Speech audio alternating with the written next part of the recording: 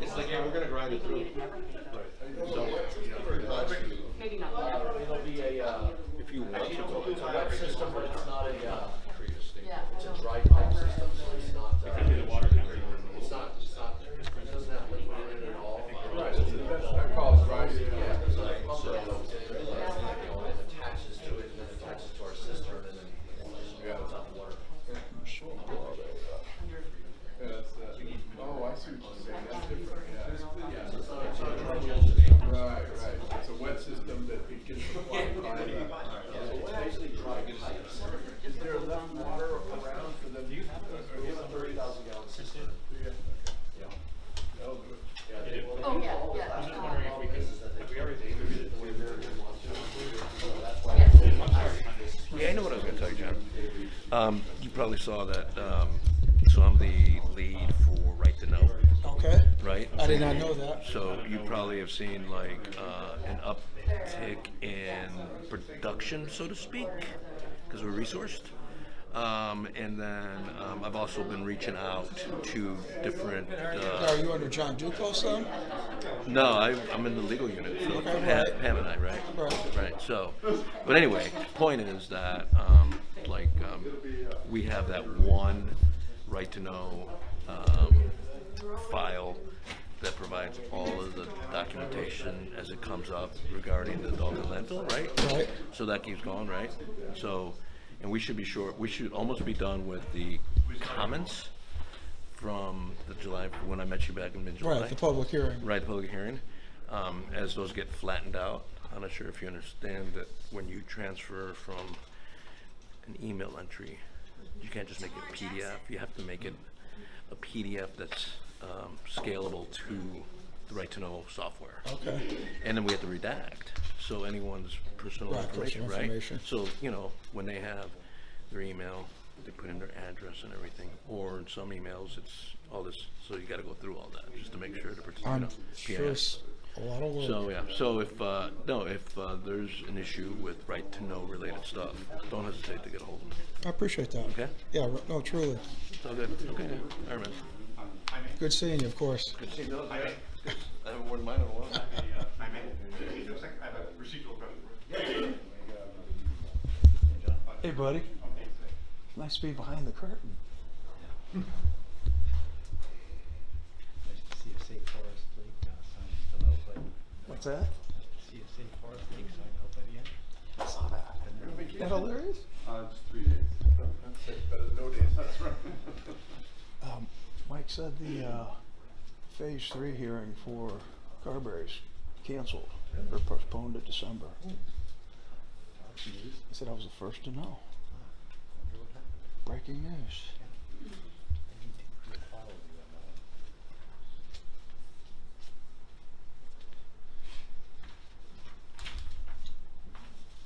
So if this goes on until 12:30, I've got to boogie back for a meeting with state parks. What's that? It's unusual that it goes. It's a great effort to do that. When you're hiking. That's when we're meeting with parks at 2:30. So yeah, and it's a beautiful park. I've never been in before.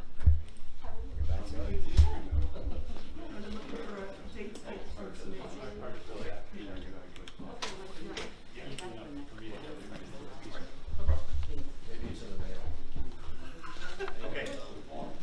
Sorry about the delay. Let's get started. Hi there, it's Rudy Baselmans. I am the chair of the Waste Council. We're here on the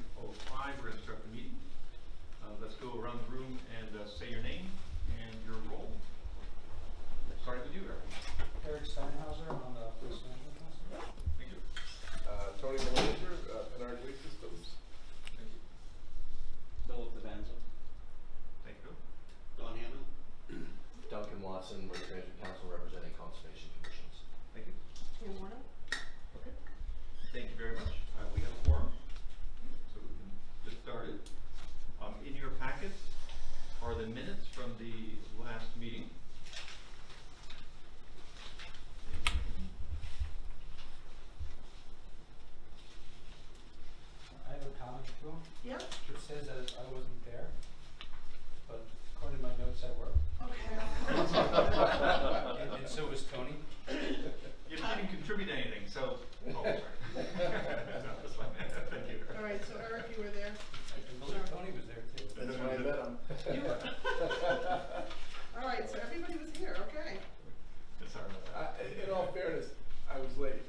So Okay. maybe All right. didn't sign them. I was. I'm sorry, Eric. You're always right on time, Rhett. Thank you. Okay, any other comments about the minutes?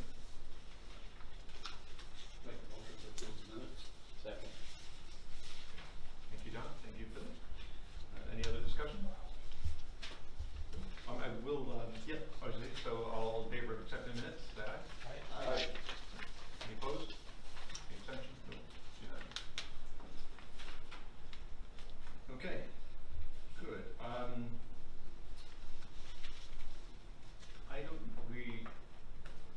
All right, so for the 18th of November, our next meeting, I don't know if we're gonna have anything pressing for that time frame. Obviously, it's also right before the holidays. But anybody have an issue with the 18th of November that we should know about? Not at this time. Okay. All right, if you could mark in your calendar, that'd be great. And then I will, give me one second. I'll get back out to you as soon as we can about whether or not there's a meeting or not. I'll give you 1 second.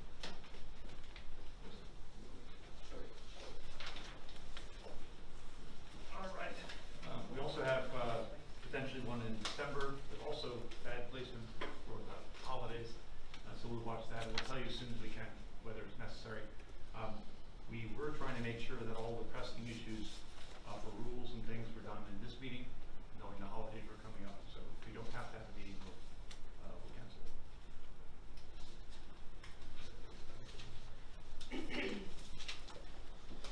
All right, while we're speaking of calendars, there is a need for a meeting in February for the hearing that we have coming up. And so I'm wondering if we can look at our calendars and come up with what we think is going to work for our time. So I can pass that on to the hearing officer. And this is in February. Last time, based on the time of the week, it seemed that the Friday, Monday, Monday, Fridays and Mondays seemed like they were good. Gave us a little bit of a break to catch up on the weekend, and kept it as condensed as possible. I'm wondering if, let's see, the meeting we would normally have would be on the 17th, right? Yep. Thursday. Do you guys see any problems with the 18th, the 21st, and 28th? I know you're recused, Eric, so the 18th would be a Friday, the 21st would be the Monday, so the intention would be to completely finish the hearing in those 2 days, is what the hearing officer thinks we could do, and then if we need any additional deliberation, it would be the following Monday. Yes? So I'm unrecused on one of this, I think this is the one. Okay, so this is for the issue of the permit in general, not about the dispute about the placement of. Okay, so this one I'm still. This is the big one. Yeah. Okay, So you unrecused yourself, I thought. Huh? You unrecused yourself. Yeah, because we checked in to see if there was, Yeah. if there was any conflict of interest, and it didn't appear to be so. Right. So Rudy, you're talking the 17th, 18th, the day of our meeting, the 17th, No, 18th? we were thinking Friday, because it turns out Thursday isn't good for some people, for an all-day meeting. Any issues that we know of? Okay. All right, so I'll tell the hearing officer on the 18th, 21st, And the and 28th. 28th. And I gotta see if there's room. Yes. Could you do that? Thank you. Yep. And we'll try it for the same way we did last time. We'll see if we can get the auditorium, which will have more than enough room for social distancing. We'll be on the stage, socially distanced, and the acoustics in there are quite good. And we should be able to do. We have to figure out a little bit about the projector. We might have to arc our chairs so that we can see the projection. We'll have to figure that part out. So I don't know how to do that one. We'd be looking the opposite direction of. No, we'll figure it out. Well, I was gonna have. We meant to turn left a little bit, or right a little bit. Right, so. All right, any other comments about the hearing? Okay, thank you very much for that.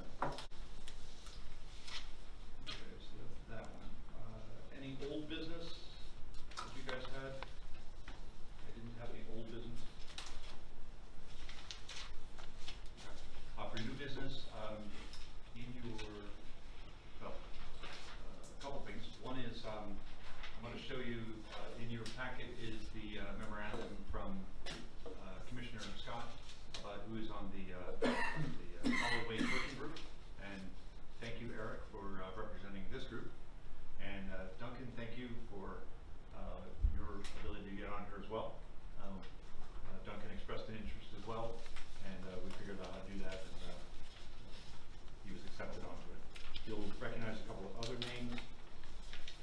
One is James Malley, who's from the UNH, and Karen Eagle, who legislator who has been here before, and she is on there as well. And then Reagan Bissett from the NRA. So, and then you guys are probably in the industry, probably recognize even more people. So, but those are the people who are sort of connected to our group here. In other new news, Nancy, as you know, was eliminated from the council because of her residency change of domain. There were no ways to keep her on here through the hearing and to allow her to participate in any further meetings. So she was not able to come here. So that was disappointing. I was hoping we could give her a thank you and a send off in person. She was a great contributor, as you guys acknowledged when we talked about it before. I'll be sending a thank you to her from the council, from all of us. She did a wonderful job. I think she's been here like forever, right? Yeah. Longer than me. Yeah. Yeah. She's almost as infamous as Brad. Duncan's the old guy now. And you've been here long too. That too. That's right. One of your relatives is even older, I think. Cool. Well, good. Well, thank you to Nancy. She did a wonderful job and did a great job representing the organization. And UNH gave a lot of valuable input. We had 3 candidates from her department that all applied. Paula, Weiwei, and James. James was on this working group. We submitted the names to the governor, and the governor chose to move forward with Paula, who is one of the leads in that organization. And we will hear about that in a couple weeks. We'll be doing the final vote. So they put it up for nomination. They have a couple weeks to think about it, and then they'll make a decision at the end of the month. So she will, if she's approved, she hopefully will be able to make time for her as well. So that is what. And Nancy is already off the bus right now. Any questions about that? Thank you. Any other new business? No. Okay. Great. All right. We have our legislative. No, sorry. Our updates on all of our hearings and things. Thank you, Jaime. Yes, good morning, everyone. Chair, members. Pam Monroe is at the jail car meeting, working on rulemaking for the agency and cannot make it. The legal update, just real quick overview on the process. As items come in from either side to the legal unit, we go ahead and make sure that they get posted initially first onto the public docket. And then we send it to Pam and Rudy, and then get that pushed out to everyone on the email list. That system gets very fluid because not only for Waste Management Council, but with the other 3 councils, for a total of 4, it's an active docket, 10 to 15 different docketed cases, and so the timing sometimes come in on a Friday afternoon, and there's this flurry of activity, and we try to make sure that we don't make any errors and getting stuff out. And then I QA/QC on a Monday morning the docket to make sure that the docket, that we didn't accidentally put something from one docket into another. I have to check the online profile. So if there's ever a confusion, or if it's like, oh, I want to go check out the docket for something, i.e. you're getting ready for the February hearings that have just been scheduled, and you want to look at the docket just to refresh yourself or whatever, and you find an error, by all means, just reach out to the legal unit, and we'll go ahead and remedy any of that oversight.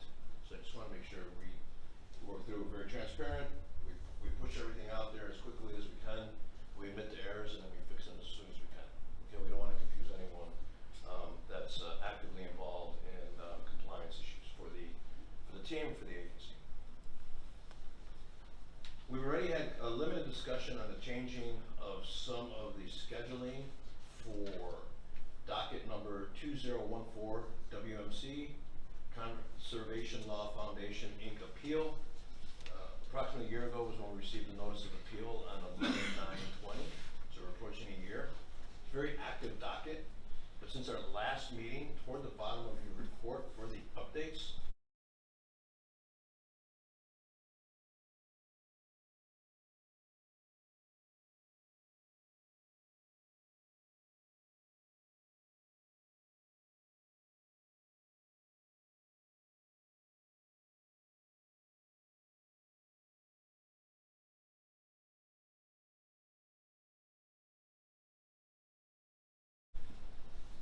resulted in the scheduling by the chair for the hearings.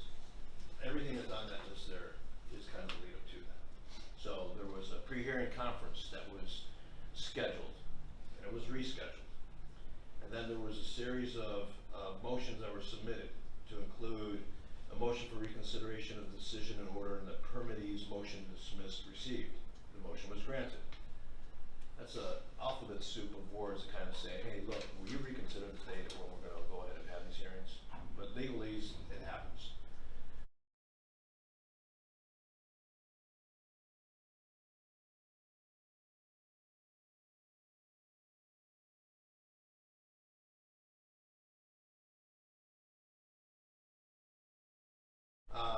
And then there was a series of back and forths between both parties to make sure we got it straight. Permittee's objection to appellant's motion for reconsideration, the appellant's reply in support of motion for reconsideration, then it was assented to motion for extension of the hearing, and then order was issued granting in part that parties assented to motion for extension of hearing and approval of procedural schedule. We all know that we had 11-5, 11-8, 11-18 if needed, 15 if needed to go ahead and have the hearing that got rescheduled. Any questions on the docket for this matter here? The other docket, the notice of appeal was received on August 16th of 2021, so this is still in the initial procedural stages for docket 2108 WMC, North Country Environmental Services Inc. appeal. Since the appeal was accepted, that was at 9/17/21.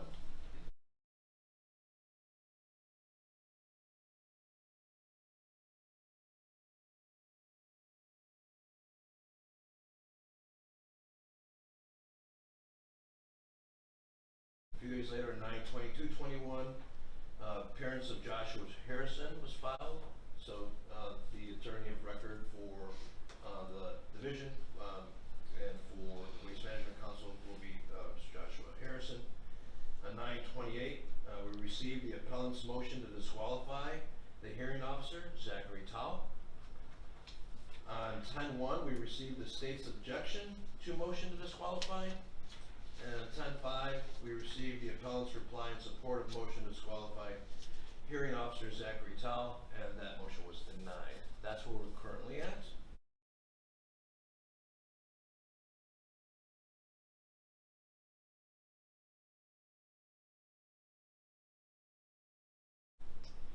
Those are the two that are currently on the docket that we have. Are there any questions? All right, thank you very much. I will say, I like the format of having the updates at the bottom. That's great. So we know what's happened. And then what will happen is once we get done here, like I'll go ahead and capture the dates of the agreed upon tentative hearing schedule for the first matter that we talked about, 14. And then I'll go ahead and reframe it so that everything has been covered. And then I'll submit for the record for the minutes to Pam so that she can go ahead and file it for the public record. And then it's available to the public. Thank you. Thank you very much. I also appreciate your little summaries that you've been putting in the front and the hearing officer as well. So that we know if there's action to be taken or it's for our information. I kind of think there's a lot of commotion going on here. Well, we're a busy unit, you know, on my portfolio. I help the team out with the right to know. I help the team out with rulemaking, and then also with the enforcement compliance. I serve as a presiding officer for administrative matters exclusive to what the council has, and if those matters are under appeal, then they go elsewhere outside of this. So that's what I'm up to, and then we have Pam and with Kelsey as well. So we're very busy. Thank you very much. You and Pam are working right now on working on the mailing list, getting that reestablished so that when the composition of the council changes, we don't have to keep changing our mailing list. It's too easy to drop somebody. So we're working, and you guys are working on trying to get that reestablished. So we have an easy way to communicate to everybody. Alpha knows me, of course, but you know we can communicate some of these filings and other information. So That's right. And if you all don't have my contact information, I'll send an email out with that information. And by all means, if you have a question, don't hesitate to ask. Thank you very much. thank you very much.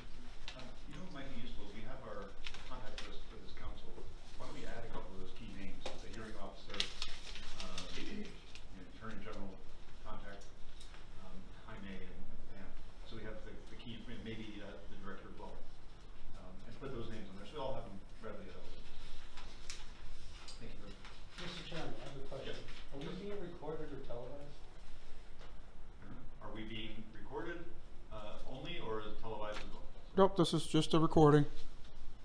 For what purpose? I'm John Swan, founder of Save Forest Lake.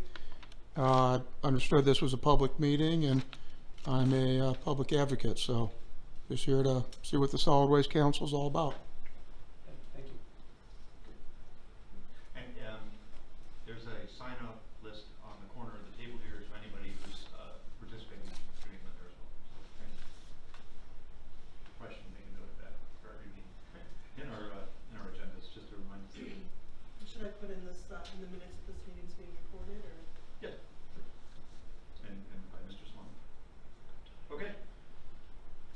Mr. Director, thank you. And let me point out, if you go back to the minutes again, you probably remember this from a few minutes ago, but in the minutes that we have from the last meeting, you'll see the legislative updates, and the director will be going through those again, so that'll make it easy for us to follow along. A lot of legislative action. Thank you, sir. Good morning, Mr. Chairman, council members. For the record, my name is Michael Wimsatt, Service Director of the Waste Management Division for New Hampshire DES. Welcome back to the DES offices. Since the council's last meeting last month, most DES staff continue to work in a hybrid environment where we're here in the office 3 to 4 or more days a week, and we'll just work here every day. And then for those who are doing a hybrid schedule, they're remotely working either 1 or 2 days a week, which is working very, very well for us. And we continue to advance our capabilities for hosting either hybrid or completely remote public meetings, and we've been doing that in a number of different settings, and that seems to be going well. One thing that we find is that when we do host a meeting remotely or hybridly with a remote component, it really expands access, because there are a number of people for whom going out to the local gymnasium or whatever auditorium for several hours on a weeknight is not very convenient for them, and it allows people to join and listen in and participate from their homes. So we think we're getting positive feedback about that, and I think that's working very well. We do continue to take precautions relative to the risk of transmission of COVID-19, which, as you know, that risk persists. Most of us are wearing a mask when we're moving about the building or when we're meeting with people in close proximity. It's not required in the building, but it's something that we're observing pretty uniformly here in the building. So when we last met on the issue of organization and personnel, the council expressed an interest in receiving copies of the division's organizational charts. And my understanding is those have been provided at this meeting, so certainly take note of those. As I mentioned last time, we recently had approved a reorganization of our Solid Waste Management Bureau and program. Our new Bureau Administrator, Leah McKenna, I mentioned her during the last meeting, but she was unable to attend. So she is here today, and I thought I would give you an opportunity to meet Leah. Leah came to us, she actually started her career in the department in the Waste Management Division, and I got to know her many years ago there. And then she went for a number of years to the Drinking Water Groundwater Bureau, and we're really happy to have her back. So I just want to introduce Leah and let her say a little bit about herself. Thank you, Michael Wimsatt. Good morning, Chairman Basilmans and members of the council. I am Leah McKenna. I am the new Solid Waste Management Bureau Administrator. As Mike mentioned, I've spent 21 years here at DES, most recently 15 years in the drinking water program, so I had a lot of experience with the Water Council. In my first 6 years, I worked in waste management, doing some Superfund work and some special investigations work. It's a little bit of solid waste, but in a very different manner. So I'm really looking forward to working with you, the Waste Management Council, in my new role. Please feel free to reach out if you have questions. Welcome aboard. Thank you so much. Thanks for having me. So how long have you been in this position? A full 5 weeks. Seems like forever, probably. So I'm a pro. Well, the fact that the director is thrilled to have you back is a good sign. So thank you very much for joining us today and for joining the team. Thank you so much. Thanks, Leah. So Leah is, in her role as the administrator, she's also leading the recruiting and hiring process for staffing up the Bureau. And we look forward to completing that process in the coming months. And we'll keep you apprised of those decisions. One of those decisions has already been made. A key position in the Bureau is that of a new section that was created as part of the reorganization called the Materials Management Education and Planning Section, or MEPS for short. And I'm pleased to announce that Mike Nork, who all of you know, who is an incumbent in the solid waste program, was promoted to that position and will be leading that section. Notably on our solid waste planning and education outreach efforts, and right away actually working on the solid waste to help lead and organize our work with the solid waste working group, which is a 19-member group at present that was created by the House Bill 413 to help us direct our solid waste planning efforts. And the most important thing they'll be doing right off the bat, their first meeting is October 29th. They'll have their first meeting here at the ES offices on that day. And they'll be getting to work on helping provide guidance and input to our solid waste management plan development, which is due in November of 2022, so we're one short year away. So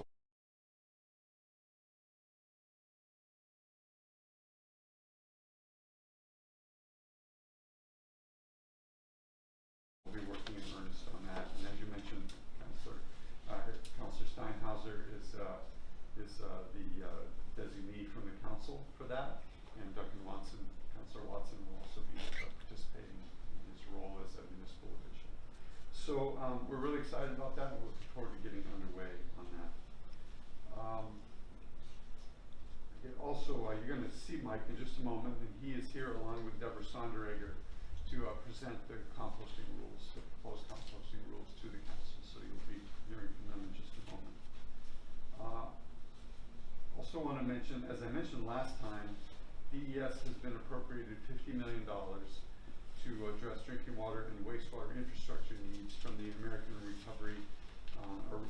American Rescue Plan Act funds that have been allocated federally. And I mentioned that we thought we would be seeing more of that, and indeed that is true, or at least we hope so. Tomorrow, our commissioner will be going before the Joint Fiscal Committee of the Legislature to accept an additional $100 million for those same purposes, although $25 million of that will actually be targeted towards assisting communities that are impacted by PFAS contamination. So that's that will bring the total to $175 million, and it's possible there will be future appropriations on that, but that amount is certainly going to make a huge dent in our work to advance drinking water and wastewater infrastructure. And as I mentioned before, there's a bit of a timeline on that, or a deadline on that. We need to appropriate those funds and allocate them, or really obligate them by December of 2023, and then they need to be spent by December of 2026. So we'll be working in earnest to advance that and get those opportunities for applications for that funding in and get those processed.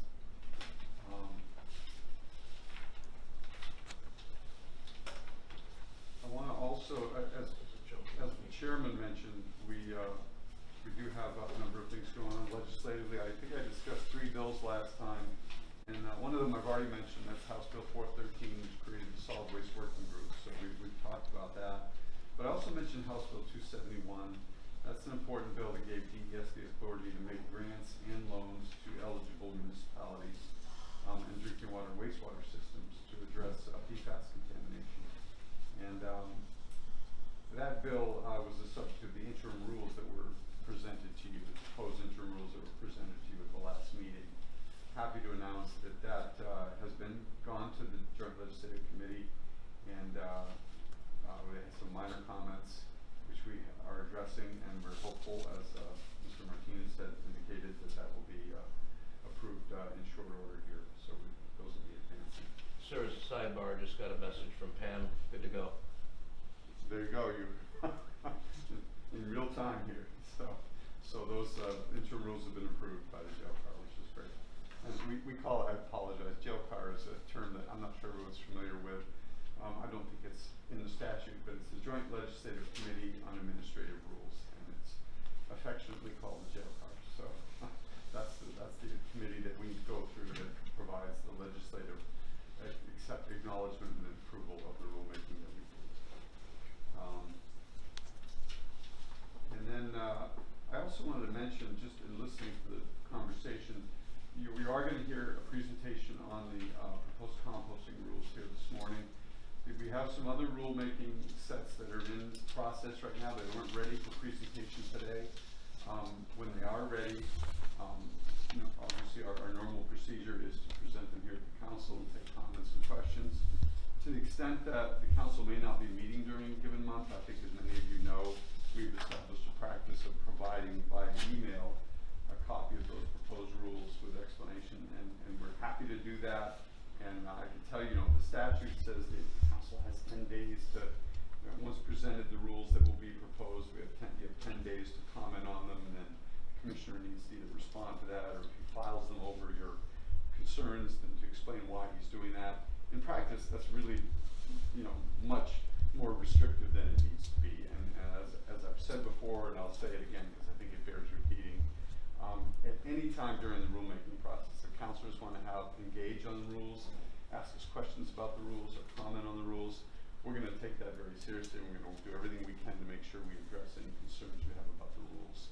So I would advise that, if for some reason the council is unable to meet during a given month, we sometimes do run into a situation where, because rules are set to expire, or there's a really compelling reason to get them filed soon, where we may want to propose those rules and file them with the Office of Legislative Services before the council has actually had an in-person presentation of the rules.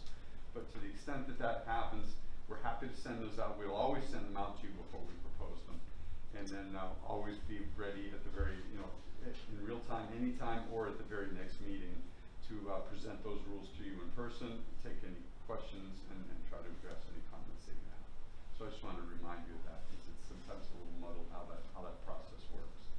If I can interrupt, and the one issue, of course, is that we, as we've discussed before, we can't discuss it in email, so it's a one-way transmission, and you can respond back to the Department of the Bureau with personal feedback. So, You can use that model to prompt response that we're aware of, right? you will get responses from the department personally, but we can't have, debate or discussion among us. Yeah, certainly. It would not be appropriate for the department to be setting aside whatever issues the council has with respect to its communications. We wouldn't be communicating with you back and forth as a council on the specifics, because that would go against the rights of the law. But my point is, we can get them to you, you can look at them, and then at your next meeting, we can also give you an in-person presentation. We can field questions from individual counselors during that interim period, and then when the council comes together, we can have an open discussion in an open meeting. And, obviously, my point is that the rulemaking process is a lengthy process. It runs several months. So if you don't get an opportunity within 10 days of initial presentation to register your concerns, you're not going to lose out. In most cases, you're going to be meeting and have an opportunity to have them presented to you before they even go to public hearing. So I just want to help you understand that you're really not squeezed by a schedule. You're in a position to talk to us about those on an ongoing basis. Good to know. And also, if you can't make it to the meeting, it's also an opportunity then to also respond, even if you can't attend. Okay, thank you. And I'm going to try to keep my remarks succinct here, because I know we've got a pretty packed agenda today. So I don't have anything else to present, but I'm happy to field any questions that you may have. Seeing none, thank you. Okay. Thank you very much.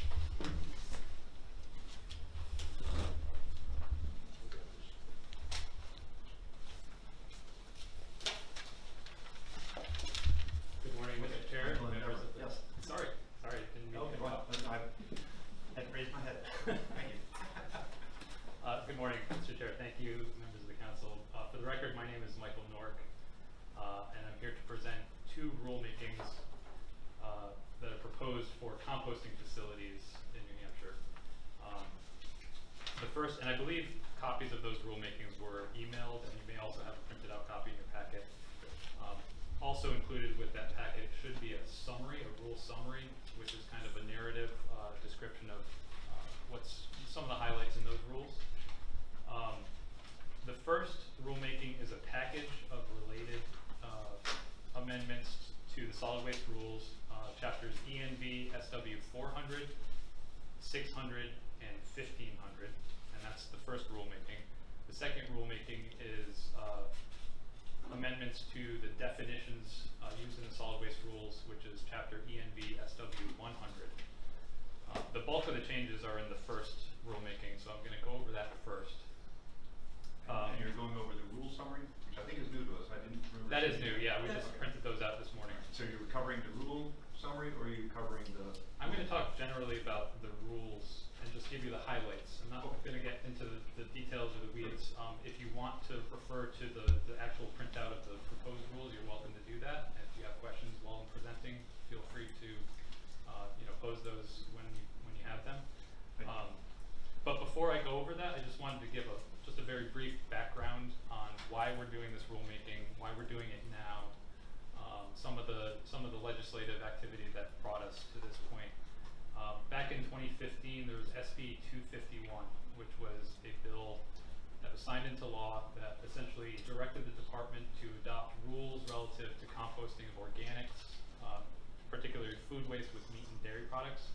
There was a lot of stakeholder feedback and public interest at that time that the department's rules were a hindrance and that New Hampshire is falling behind in terms of composting and more progressive waste management methods. So that bill was passed, directed DES to adopt rules. For a number of reasons, we were challenged to act on that. But in 2017, we created a stakeholder work group for folks interested in composting who were also in the industry to solicit feedback on the current rules. So we had meetings from 2017 through 2018.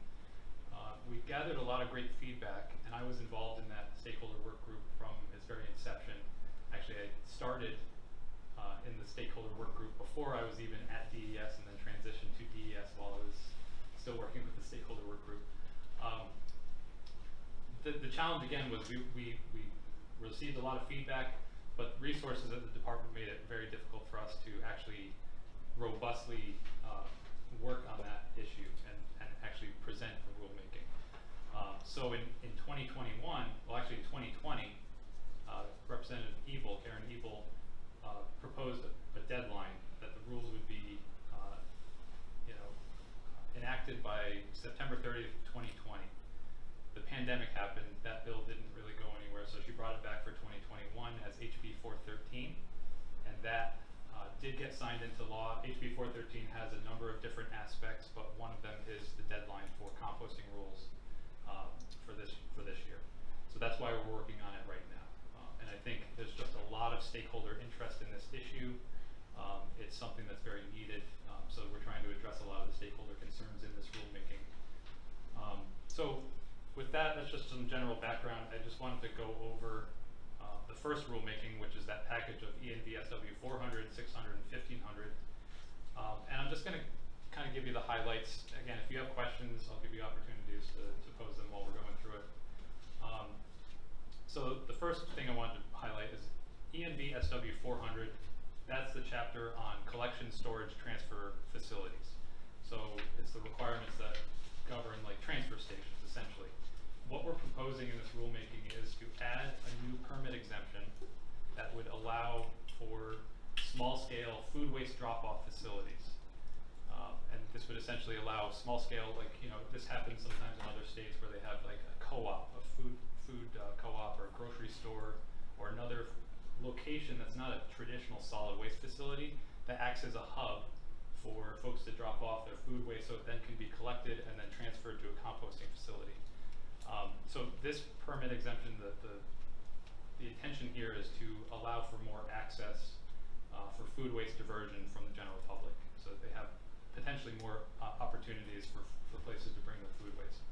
That food waste would then, like I said, be transferred to a authorized composting facility. So that's really the only change for ESB SW 400, and I just wanted to pause if there are any questions about that. I have one. The limits for that is 1 cubic yard or 200 gallons. It's not a lot. Right. I'm just wondering if that could be increased. I'm not sure what the basis for the numbers are, but it just seems like it's a small volume for entities to really make that workable. Yeah, thanks for the question. I think, so one of the things, this is modeled after a lot of our neighboring states. For example, Vermont just did something very similar. This is more generous than what Vermont has. Keep in mind this is a permit exemption, so this is to allow something like a grocery store where they, you know, this happens already actually in New Hampshire, so one of the things we're trying to do is kind of have it kind of contemplated in the rules so that we don't run into compliance issues with, you know, current practices.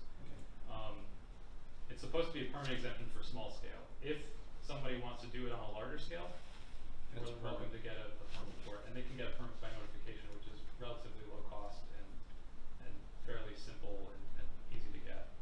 What would the, or the, permit by notification, I think solid waste is like 150 tons or something like that, but would that be converted to compost?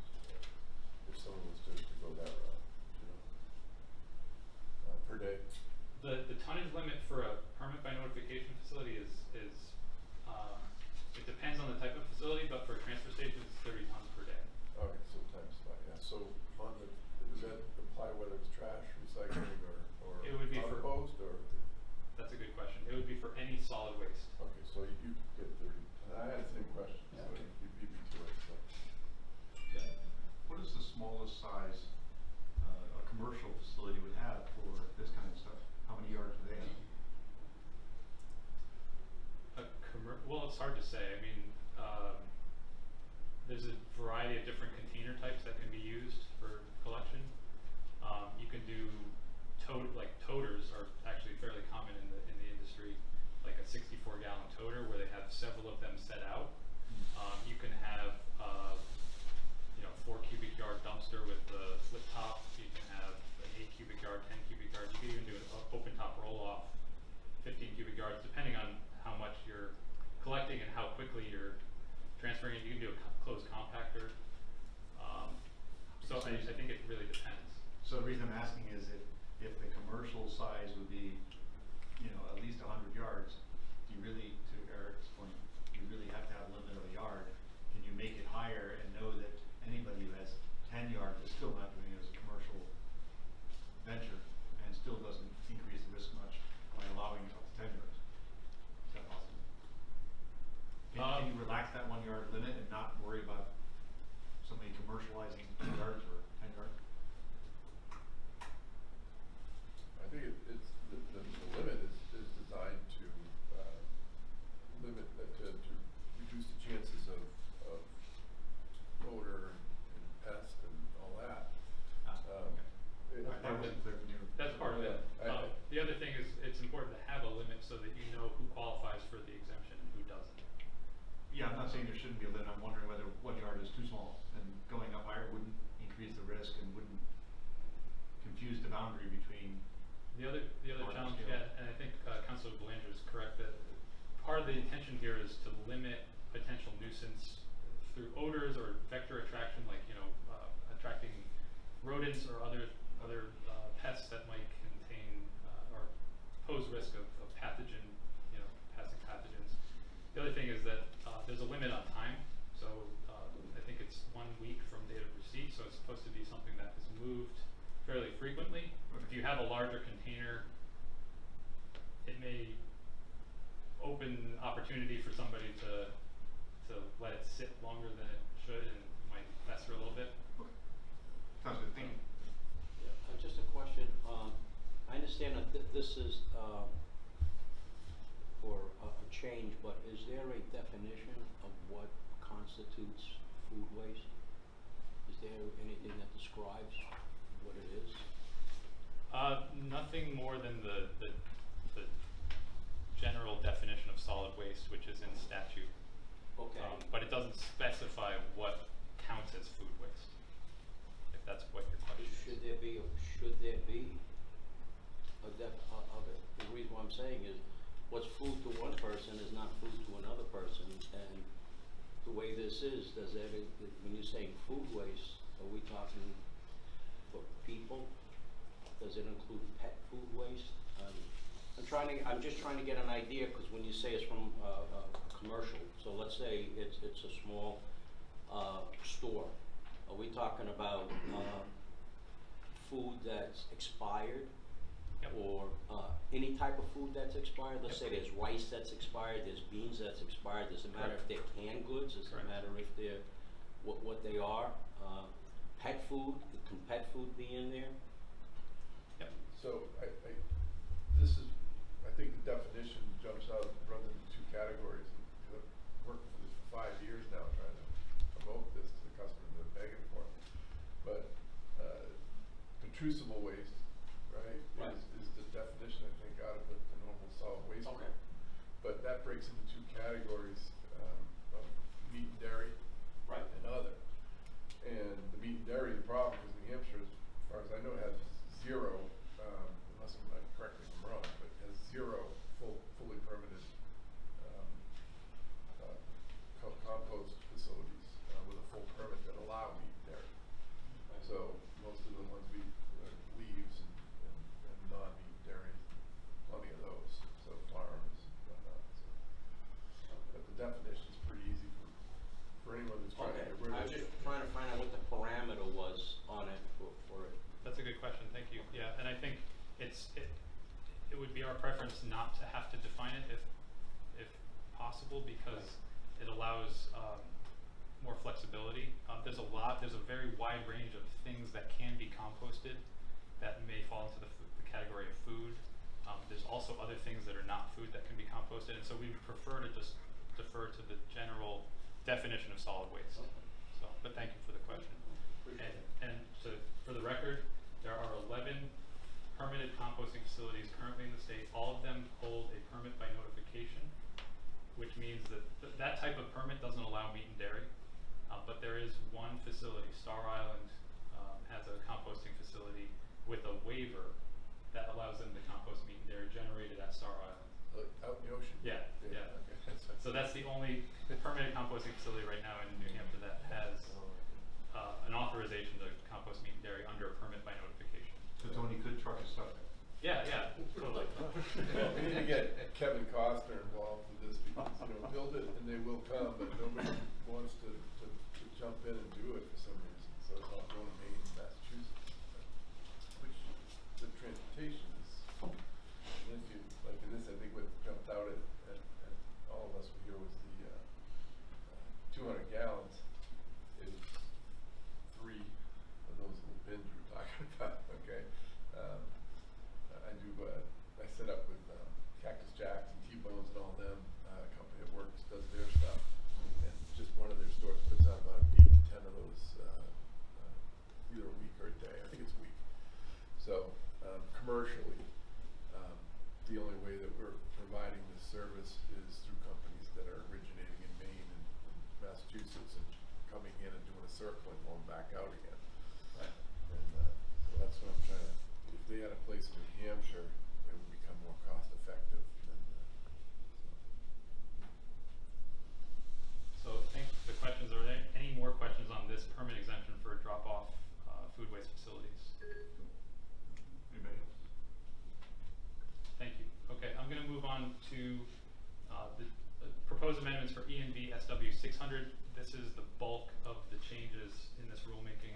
ENV SW 600 is a chapter specific for requirements for composting facilities. There are 4 main facets of what we've done in this changes to this chapter. The first is new facility siting requirements.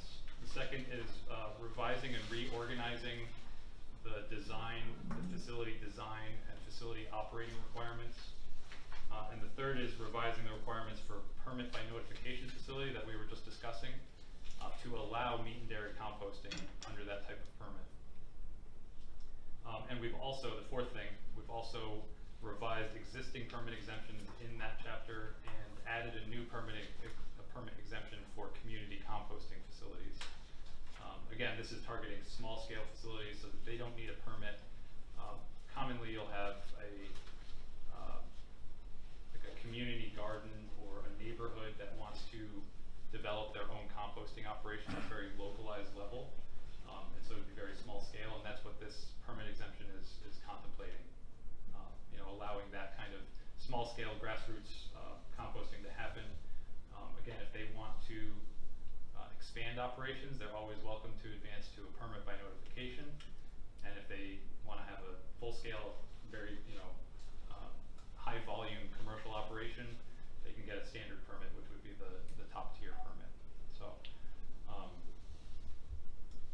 just real quick, I want to circle back. The first thing I mentioned was new facility siting requirements.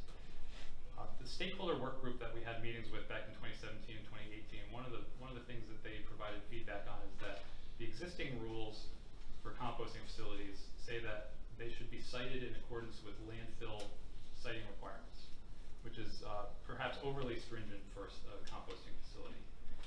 It's not really a one-to-one comparison, a composting facility versus a landfill. So what we've done is eliminated that, we've severed that tie to the landfill siting requirements, and we've adopted new siting requirements that would be specific for composting facilities. I do want to note that the existing permitted composting facilities would be exempt from the new siting requirements because they've already been permitted. So this would be for new composting facilities going forward. The other thing, just any questions on that before I move on? Are you moving on to Class A and Class AA, that conversation, or? That, I was going to move on to that next. Fire Yeah. away. Okay. Sorry. Okay. So any other questions before I move? Just reading through the language, it's not clear to me if there are measures to contain odor issues for community composting facilities in the same manner that there appear to be for the food waste drop-off facilities. But the community composting facilities do allow for a mixture of yard waste together with food waste, yes. Am I missing something, or? Thanks for the question, Councilor Gomez. As I recall, I believe that permit exemption for the community composting facilities cites a document as guidance. Yeah. To provide some general, just some. And that document in turn has something on odor control. Yeah, it talks more about the specifics of how to do it, how to operate a composting facility, and using best management practices, essentially. Okay. So rather than trying to, delineate all that into what could be multiple pages of rulemaking, we just are proposing to reference that document, which was by the Institute for Local Self-Reliance. Okay. If I could ask a favor, I haven't had a chance to read this, and I can't read and pay attention at the same time. Could we take 1 minute and everybody just look through this document, the summary that we've received, and then we'll continue? Is that okay with you? That's fine, yeah. Thank you. Let me know when you're ready.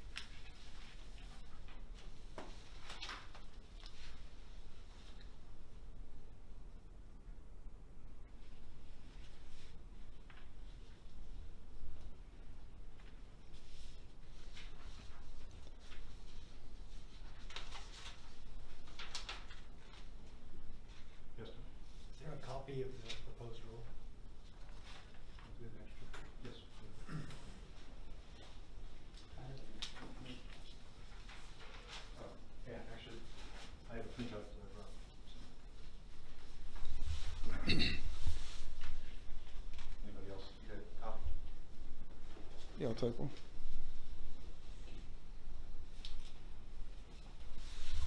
Thank you. Thank you.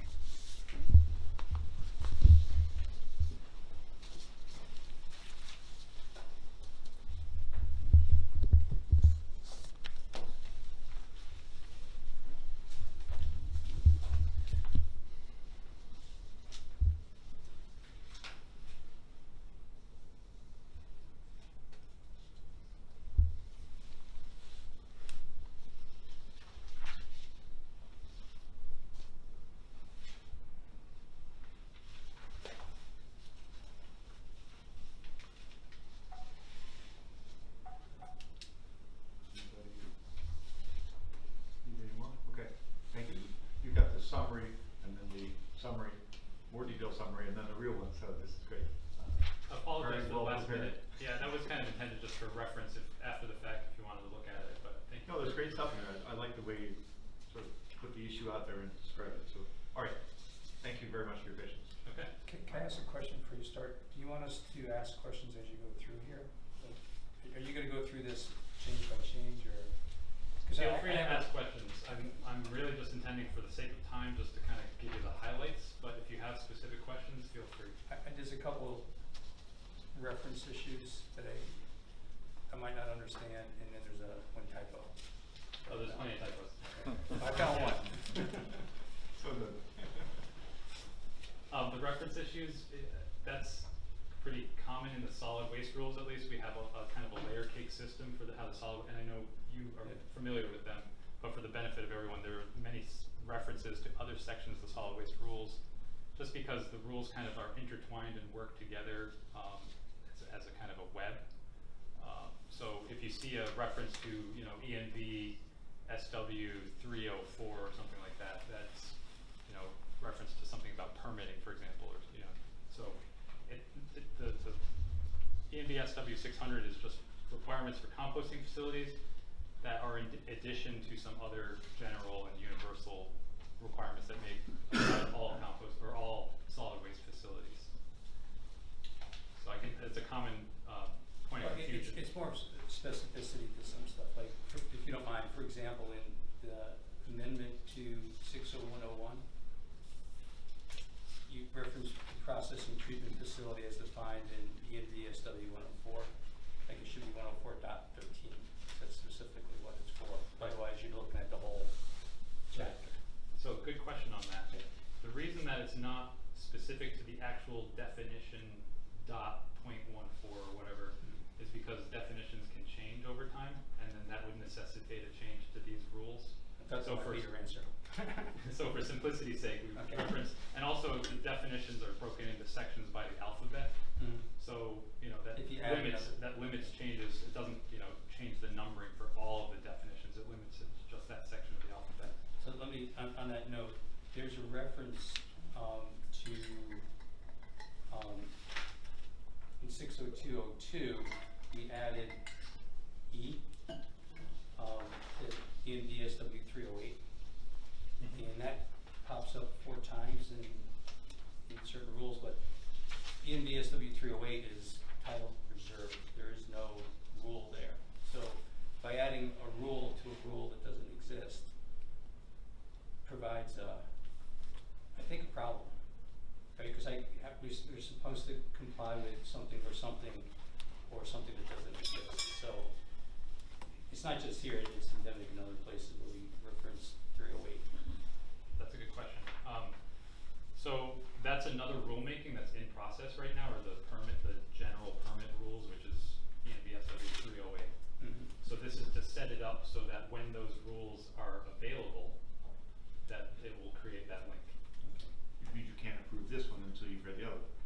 That's not accurate. This is just if the facility were to apply for a general permit, it would have to do it in accordance with ENB SW 308. That's all that reference is saying.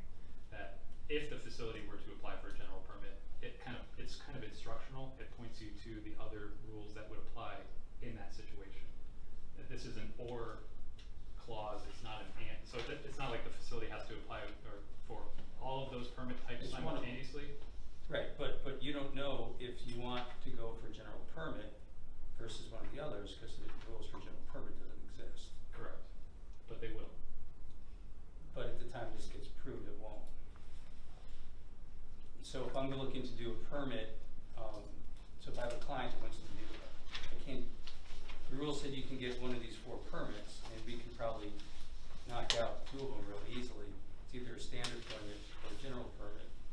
And so now you're stuck with a standard permit until whenever 308 gets done. But we're referring to something that doesn't exist. And to me, that's, I don't know if legally that's a problem or not, but functionally, it's problematic to me. I take your comment. And that's all I wanted to bring up. I don't think we have to have an answer. It's more, for us, it's more of a procedural consideration of doing it in this rulemaking or doing another rulemaking to edit this again. That's primarily just kind of for efficiency purposes. Counselor? Yes. Would it help if it actually referenced the fact that when it exists in this rule, so it's clear that it may not exist at the moment? 308 is referred to in other places in Right. the existing rules. Yeah. So I guess a general permit has been contemplated for other things. We just don't know what that is. So not knowing if it ever will exist, it just seems, I don't know. It's not a hill I'm dying on, it's just, to me, it's an inconsistency in the process. Thanks for that. That's the first that I've heard of that, so thanks for the concern. In reviewing these in general, it's hard to even review them on paper because there's so many references to other things. Well, you almost have to have hyperlinks to the specific sections and everything else is referenced. and sometimes, and not so much on the composting things, but you will go through rules, and then when you go through DES, they'll say, well, there's this other rule that is not hidden, but it's really hard to find because of the web that Mike talked about. And so as I'm reading these, I just wanted to make sure that whoever's applying as the engineering consultant or the owner or the operator, they're not surprised by this maybe obscure reference to a rule that you didn't realize. And sometimes they conflict, and I just want to make sure we don't have that as we make new rules. Okay, I made a note of that. I think we can consider that. One of the things we could potentially do with that is just completely strike it now, so that it eliminates any confusion, and then when the general permit rules are available, we can make that change at that time to the.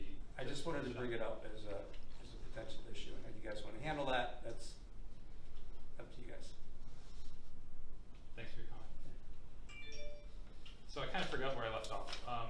You hadn't started on the 600, so I just jumped in the middle of it. Did you have any other questions before we get into that?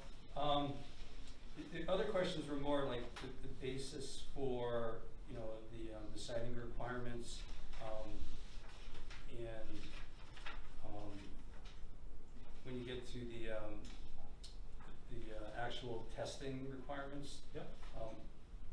For the table 600-01, you don't have any method for how those tests should be run, but in the other sections, we were requiring testing for different parameters. There are test methods. So again, from implementing these, if there's a preferred test method that DES wants, we should say that. Otherwise, you might get one group saying, I want to follow this test method, and another one, and they might be very compatible, they might not. Just for consistency. One of the things that may have gotten lost is there was a previous reference to SW 846, the EPA guidance document. That may have gotten lost in the amendments, and we could look at bringing that back. And I only got this yesterday, so I did a quick, so I may have missed that, but there's something that jumped out at me. It was very clear with some other parameters, but not the 600-1 table. And the other one, again, is a little bit on the detail stuff, but so the basis for the compost product, there's carbon nitrogen ratios and moisture, like where do those, just out of more of a curiosity, where do those values come from? What's the basis? Is that from composting best management practices or some kind of reference guide that, like you said, it's easier to reference a guide because the guides might change. You don't have to change the rules if there's something to that effect. So I believe you're referencing ENVSW 60702, which is the requirements for Yes. permit by notification facility, composting facility. Those specific guidelines are best management practices established by the industry, by pretty universal science in the composting industry. If you talk to anybody from the Maine Composting School or the US Composting Council or Cornell Waste Management Institute, they would all basically agree with those parameters for C to N ratio between 20 to 30, moisture content between 50 to 60%, and bulk density somewhere around 1,200 or less. So that's really where those were based.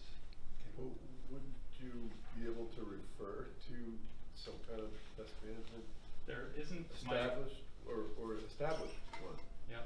that would, because I see his point, it's always good to know exactly what you're expected, and if everyone's looking at the same thing, maybe that's worth developing as a best management document, that can be linked to it. Yeah, I like that suggestion. That's actually something we've contemplated as maybe another project down the line to create because the rules are only so helpful. I think if we could produce a guidance document that kind of is a sister to the rules that helps to understand how you can comply with some of these requirements, I think that would be helpful for the regulated community, but Yeah. it's not something we have the capacity to do just yet. Right. But I would like to do that. It's a hot topic. I mean, you got opposition to this type of facilities. So I think that's my detailed comments, so. That's what you gotta do now. Oh, I'm sorry, the typo I found was 60503A. Further, yeah. Looked a little dramatic. That was the track changes got kind of garbled, so thanks for pointing that out. Michael, I'm sorry, I know you're trying to get through this, so I'll be quick. Just following up on your answer to my previous question, I guess there's a couple places in the new rules where external documents are referenced for best management practices. And I noticed that there's a specific date for that external reference in the new rules. Is the intent to have to go back and change the language in the statute each time that external best management practice manual is updated, or is the goal to not have to do that? So if you ask me personally, Yeah. I would prefer not to have to reference a date, but unfortunately OLS, the Office of Legislative Services, requires that if you're referencing an external document that it be dated, because otherwise it's essentially they see that as rulemaking outside of the rulemaking process. So it has to be dated and something that is a specific document. So yeah, it's Okay, a so little if bit. technology comes online, if best management practices change, then the rules themselves will have to be amended to reflect the latest version of that manual that you're referencing. Ideally, that would be yeah. Okay. Yeah. All right. So we're gonna see a lot of you. So yeah, I want to just, because for the sake of time, I want to just be very brief. There are two more things in ENVSW 600 that I wanted to highlight. One is that so Councilor Blander brought up the idea of Class A versus Double A compost. This classification system that exists in the current rules, we are proposing to eliminate that. That was also stakeholder feedback that this is a complicated and confusing classification system that's kind of out of step with what the industry really does. So we are proposing instead to replace that classification system with simplified quality requirements and also maturity requirements. And the reason that maturity is something that are being introduced into the rules is that composting is a process. There's a start and a finish. And maturity is essentially the finish line. It's a measure of how composted or how complete the composting process is. And so for us, if we're regulating the process, we need to know what the finish line is. And so that's why we're proposing to include maturity requirements. Maturity is essentially measured most accurately using at least two parameters. respiration, microbial respiration, and generally it's also measured using release of nitrogen in the form of ammonia as two kind of parameters to assess how complete the composting process is. So that's what we've proposed. It's basically eliminating the classification system and replacing it with simplified minimum quality requirements and maturity requirements.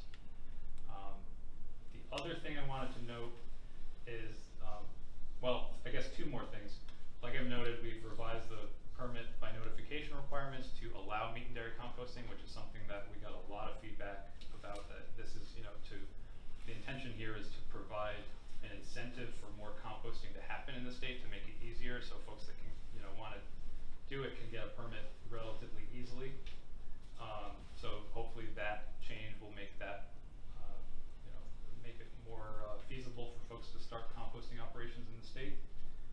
And I think I mentioned the permit exemptions. I think that was the only other thing I wanted to mention for ENBSW 600 is that we've revised some of the permit exemptions.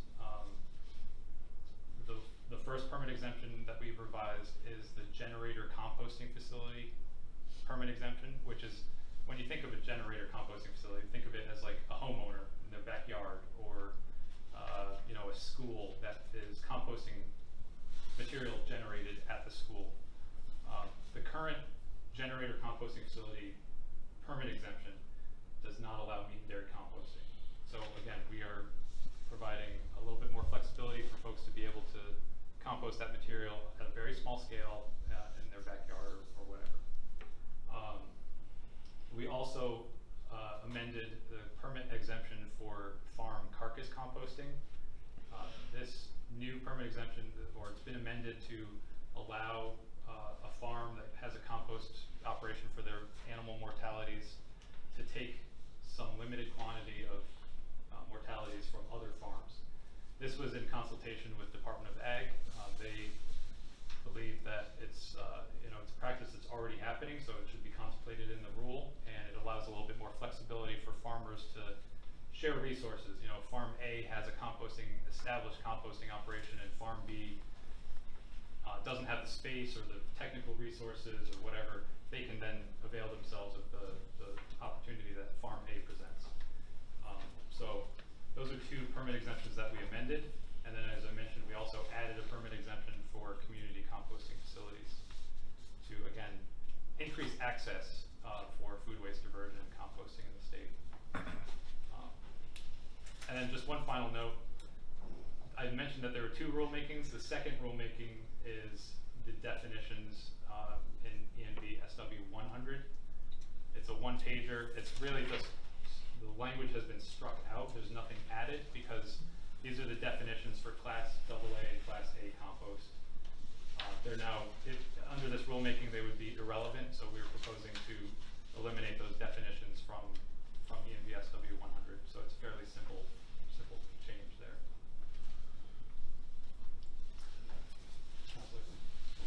So final question. Getting into this is not as easy scientifically as it is broadly, but what have you put in for the testing process? The middle is the most important as far as I'm concerned. The beginning's pretty easy, the end is pretty easy, but the middle got some moving parts to it. You gotta turn it, you gotta stop it from becoming a nuisance, right? How do you address enforcement once a permit's issued here to make sure that the process is being done properly so it doesn't become a nuisance? So thanks for the question. The rules are set up in a way that essentially establishes performance expectations, that the facility limits odors, that they manage the process in a way that maintains aerobic composting. And aerobic composting can be generally assessed through, number one, odors. If there are odors present, you might have a problem with your process. And number two, temperatures. If the temperatures don't get up into what's called the thermophilic range, which is like above 112 or 120, then the microbial activity isn't optimal. And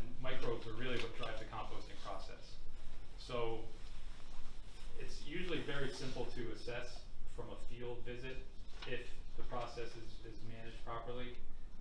In terms of how the department would approach compliance, the Solid Waste Management Bureau has a compliance section that would conduct periodic audits as necessary, or site visits and investigations.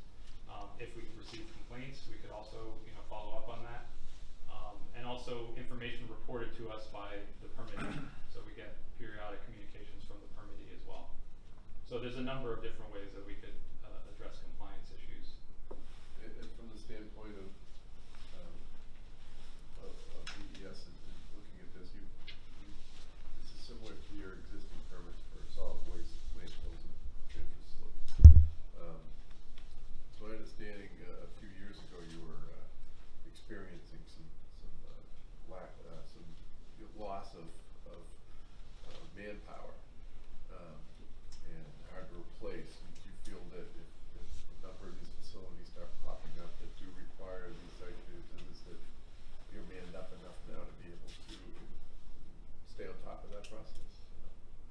I appreciate that question. Thank you. You're correct that we've had some challenges with staffing and resources. That's a continual process, and I think we're now in a position where we are starting to rebuild the program, as you saw with the reorganization. So I think that's going to be an ongoing process, so that we can be, fully staffed, which we're currently working on. Okay. So I guess if I have a couple quick questions. I love that you eliminated a bunch of things, makes life easier for trying to compost, so that's good. I noticed you struck vegetables from the composting list, and I wasn't sure this was in 60803, and it said source separated food waste, including, and it said meat and dairy, but it eliminated vegetables. I wasn't sure if that was what was the reason behind that one. So 60803, that's the generator composting facility requirements. That's the permit exemption for backyard composting, essentially. Yeah. The intention there was to clarify and address the stakeholder feedback specific to meat and dairy composting, to make it very clear that meat and dairy composting is possible in the backyard setting. Vegetables are not anymore. It's supposed to be food waste including, so it's not limited to, it's food waste including meat and dairy composting. So it could be, Right, again, so you're trying to emphasize that you can do meat dairy. Okay. that was kind of the intention, but yeah. And I'm not a pro like the other guys in the table there, but digestive additives, is there any need or interest in people being able to do that? Because that's not actually listed as something you can put in here. You can put bulking agents, but you can't put anything to help the digestive process. Is that something that is needed? So that's a great question. Some facility operators would argue that it's helpful. Most would say probably not, because of the microbial flora that exists just naturally would populate in the pile without having to add anything. The other thing I would argue is that a digestive additive is a product that would be sold for the purposes of a composting facility, efficiency or whatever. That's not a waste. So Right. we're regulating. You're not allowed to add it to this either. We're regulating solid waste, and so it's not. I would argue it's not necessary to specify that. If a facility wanted to, they could, but it wouldn't fall under our jurisdiction as a solid waste. Permits required to compost any combination of the following waste and materials. So an additive would be a material. So you could not add an additive so that you could put a bulking agent in, because that was explicitly allowed. But you cannot put an additive in, because that's not actually allowed. I think. That's one way to read it, I suppose. I hadn't thought of that. I think, again, we wouldn't restrict that. We wouldn't want to. Right. So my recommendation is read that first sentence and how that flows through. I don't think you're allowed to, according to these rules. You can put bulking agents in, and you can put the stuff that will biodegrade, but you can't put the additives in. Decide you do. So. Okay. And then the final comment I had was there was a restriction on inert materials, and Thank you for bringing that to us. anybody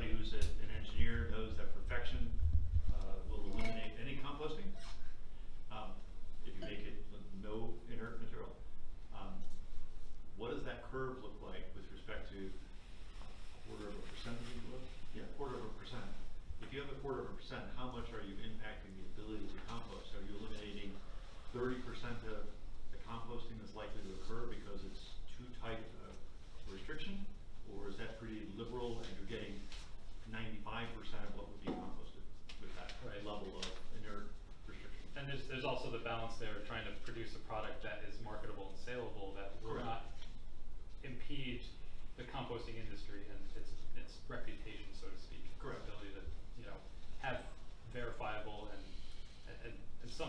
consumer confidence, essentially. Right. So that's a great question, and I was fully expecting, and sorry I kind of glossed over that because we kind of went in circles on some of this. So thanks for bringing that up. It's all related between the rules there. Yeah. Thanks for bringing this up. I fully expect that we're going to get comments on the threshold for inert material. It's a tight threshold at 0.25% of 4 millimeters or bigger. This is modeled after some guidance that was provided by the U.S. Composting Council. They have model specifications for different compost uses, and this is the tightest that they propose for, I think, erosion control and like filter media, like compost socks for erosion control. So right now we're just targeting that to see if folks have a problem with it. If they do, we can probably loosen it up. But we wanted to get some feedback from the industry when we go out for public comment to see what they think of that. This is, again, based on the U.S. Composting Council and their published guidance.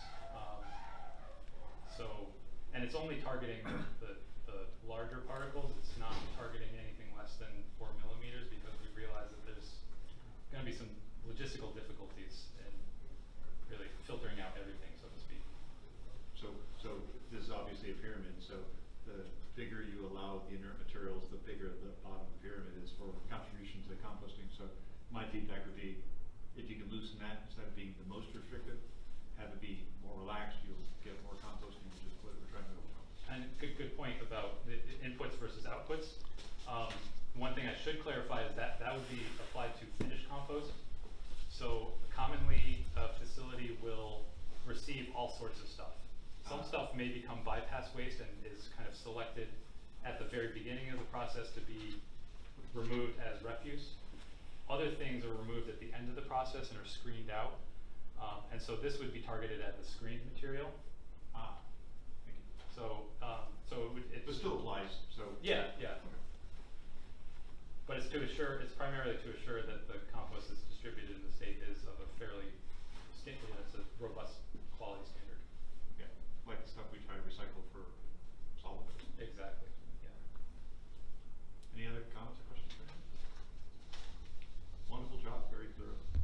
Thanks for your time. I'm sorry to take so much of your time, but I appreciate your It questions. was worthwhile, thank you. Thank you. Thank you.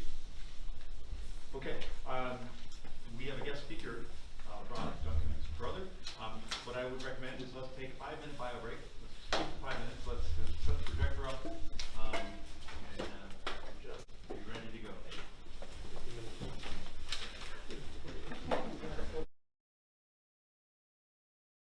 Interruption.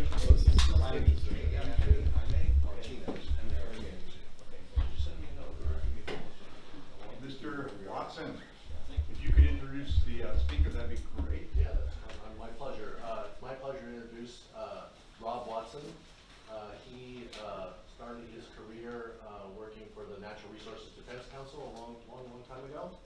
And as part of his work with NRDC as well as the Green Building Council, he was the founder of the Leadership in Energy and Environmental Design program, the LEED program, which since 1998 has seen more than 80,000 LEED certified projects brought into the building market. The amount of energy savings from those 80,000 projects is an amazing accomplishment for a program that was begun back in, on a desktop in the back of the napkin when he first conceived of the program. Currently, Rob Watson is working on the SWEEP certification program, which is the Solid Waste Environmental Excellence program. It seeks to do the same thing with solid waste as LEED did with green buildings. Also notable, in addition to the fact that Rob is my brother, and one of the questions that we always get asked is how did I end up, being his brother because of my lack of accomplishments versus his. And we usually have the same response where we point to each other and say, he's adopted. Sounds like click and clack a little bit. Exactly, right. The one thing we do share though is a sense of humor, so we get along great. But one of the things I just want to note is 2 years ago, Dartmouth College, which Rob Watson is a graduate from Dartmouth College, Rob Watson was named as one of the top 25 Dartmouth College alumni in the college's storied history.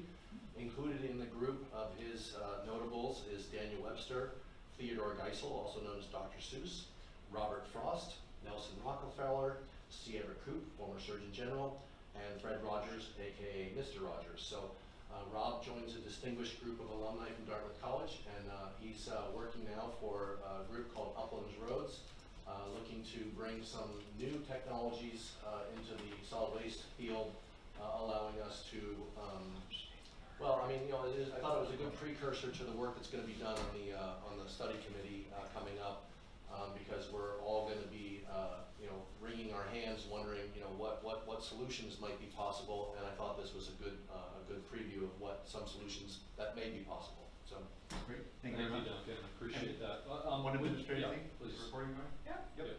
And you have people behind you so we can. Yes, no, what I was actually going to suggest is that I put the chair aside, because I actually don't like sitting down and talking to people.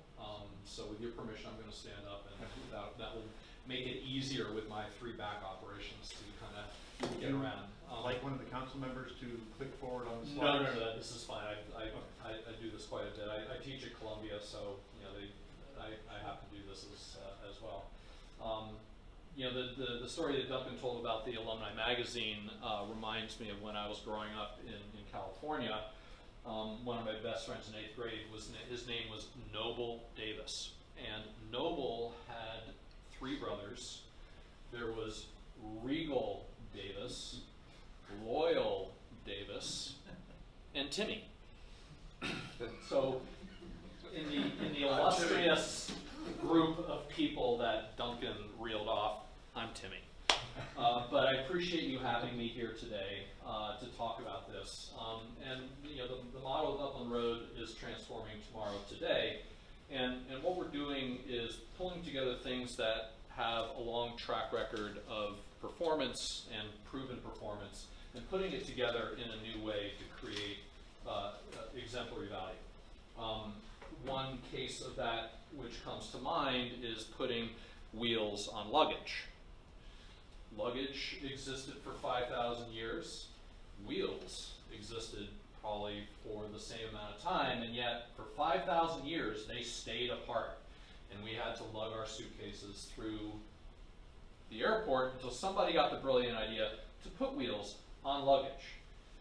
Both were proven independently, both have function, but together they create an exemplary service. And a lot of what I'm going to be telling you about today is essentially putting wheels on luggage. We're going to take things that we know work, and we're putting them together in a new way to create performance that significantly surpasses what is achieved today. So we all know that almost like the tale of 2 cities, it's the worst of times. You know, we are facing an existential crisis in climate. When my brother and I were running our restaurant in New Hampshire, Lou's, some of you may have been there, like clockwork, late September, early October, we would get buses of leaf peepers coming up from New York City and places south, and now those buses are 2 and 3 weeks later.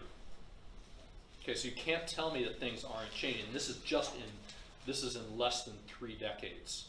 We are doing the geochemical, biophysical equivalent of jumping off of a 10-story building when nature typically takes the stairs, right? And when we look at endpoints and we say, oh, well, the climate's been warmer, there's been more CO2, life was great, that's true, right? We get from the 10th floor down to the ground floor every day, but when you take the stairs and the elevator, you arrive in a different condition than you would if you jumped off the 10th floor. Okay, so we need to understand kind of what's at stake here. The good news is that never before in history do we have the ability to affect things more quickly and at larger scale than we have today. Between technology advancements in separation technologies, the advancements that we're seeing in all of the ability to take materials that we've recovered and turn them into new products. All of these things are at a place of acceleration very similar to where computers were in the early 90s. I mean, we all remember the big CRT, right? And now I've got more computing power in my phone than NASA had to put people on the moon. Okay, so the ability to transmit ideas, the ability to do simulations and analysis, and rather than testing it in the field and watching it fail and then fixing it again, we now have the ability to do things on a screen that allow us to ensure that when we get into the field that they work. So what we've done with our Sustainable Materials and Advanced Recovery Technology Center, or our SMART centers, is we figured out a way to sequence proven technology in such a way that you can take waste, and it can arrive in multiple bins, it can arrive in one bin. The physics of the material, right? Everything in the waste stream has density, dimension, and optical properties. And it's the same principles that typical MRFs use today. Problem with typical MRFs is that they rely on the inputs that people give them. And we all know that people stink at recycling. If they were better at recycling, 50 years after the crying Indian, we wouldn't be barely cracking 30%. That's the fact. There isn't a single place on this planet that recycles more than 50%. 52% maybe if you're lucky. And those programs are costing $150 a month for a household. Okay. So it can be done under business as usual, but it's really expensive, it's really inefficient. And it's just, it's basically dragging your luggage through the airport. What we're proposing to do is putting wheels on the luggage and in doing so in such a way that recovers a lot more material and does it a lot more cost effectively. Okay? So if we say in round numbers about 2 million tons of waste are generated in New Hampshire, all that material has to go somewhere. If Dalton doesn't come through, TLR3 is the last hole in New Hampshire that you have to put stuff in, and then you're going to end up like Connecticut, right? They're charging $150 a ton to send their material God knows where. In New York City, where I live, we're spending $180 to $220 a ton to send material to Virginia, Ohio, even as far south as Georgia. And that's exactly the situation New England's going to be in. And as more and more material goes out, not only will the tip fees go up, the rail costs will go up. You know, this is not a very economic situation. You mentioned turnkey, you forgot Mount Carberry though, up in Berlin, Success. Is that is not a very big landfill. If I'm so, you know, if we're shipping 90% as opposed to, you know, 70% of our waste, you know, it's not a solution. And we think that putting resources in a hole is probably the lowest value for society. I don't think there's a lot of argument about that. So the basic point is that you know, the conventional approaches are they're very complex. You know, we've heard about the complexity of composting. You know, you've got the material collection issues. You've got food issues. You know, food is highly problematic when composted. You know, we've mentioned vermin, we've mentioned odors. Compost piles with methane in them, with food in them. Even a little bit of food produce way more methane than anybody wants to admit. I love composting. I do it in my garden at home. And you know, every worm is sacred. Every worm is great. But you know, when you're dealing with you know, industrial scale composting, you know, you're talking about diesel windrow turners, and you know, these are industrial processes. Okay, so the proposal that we're talking about will take material collected however you feel like it. You know, our machine is designed to collect material from mixed waste, theoretically in one bin.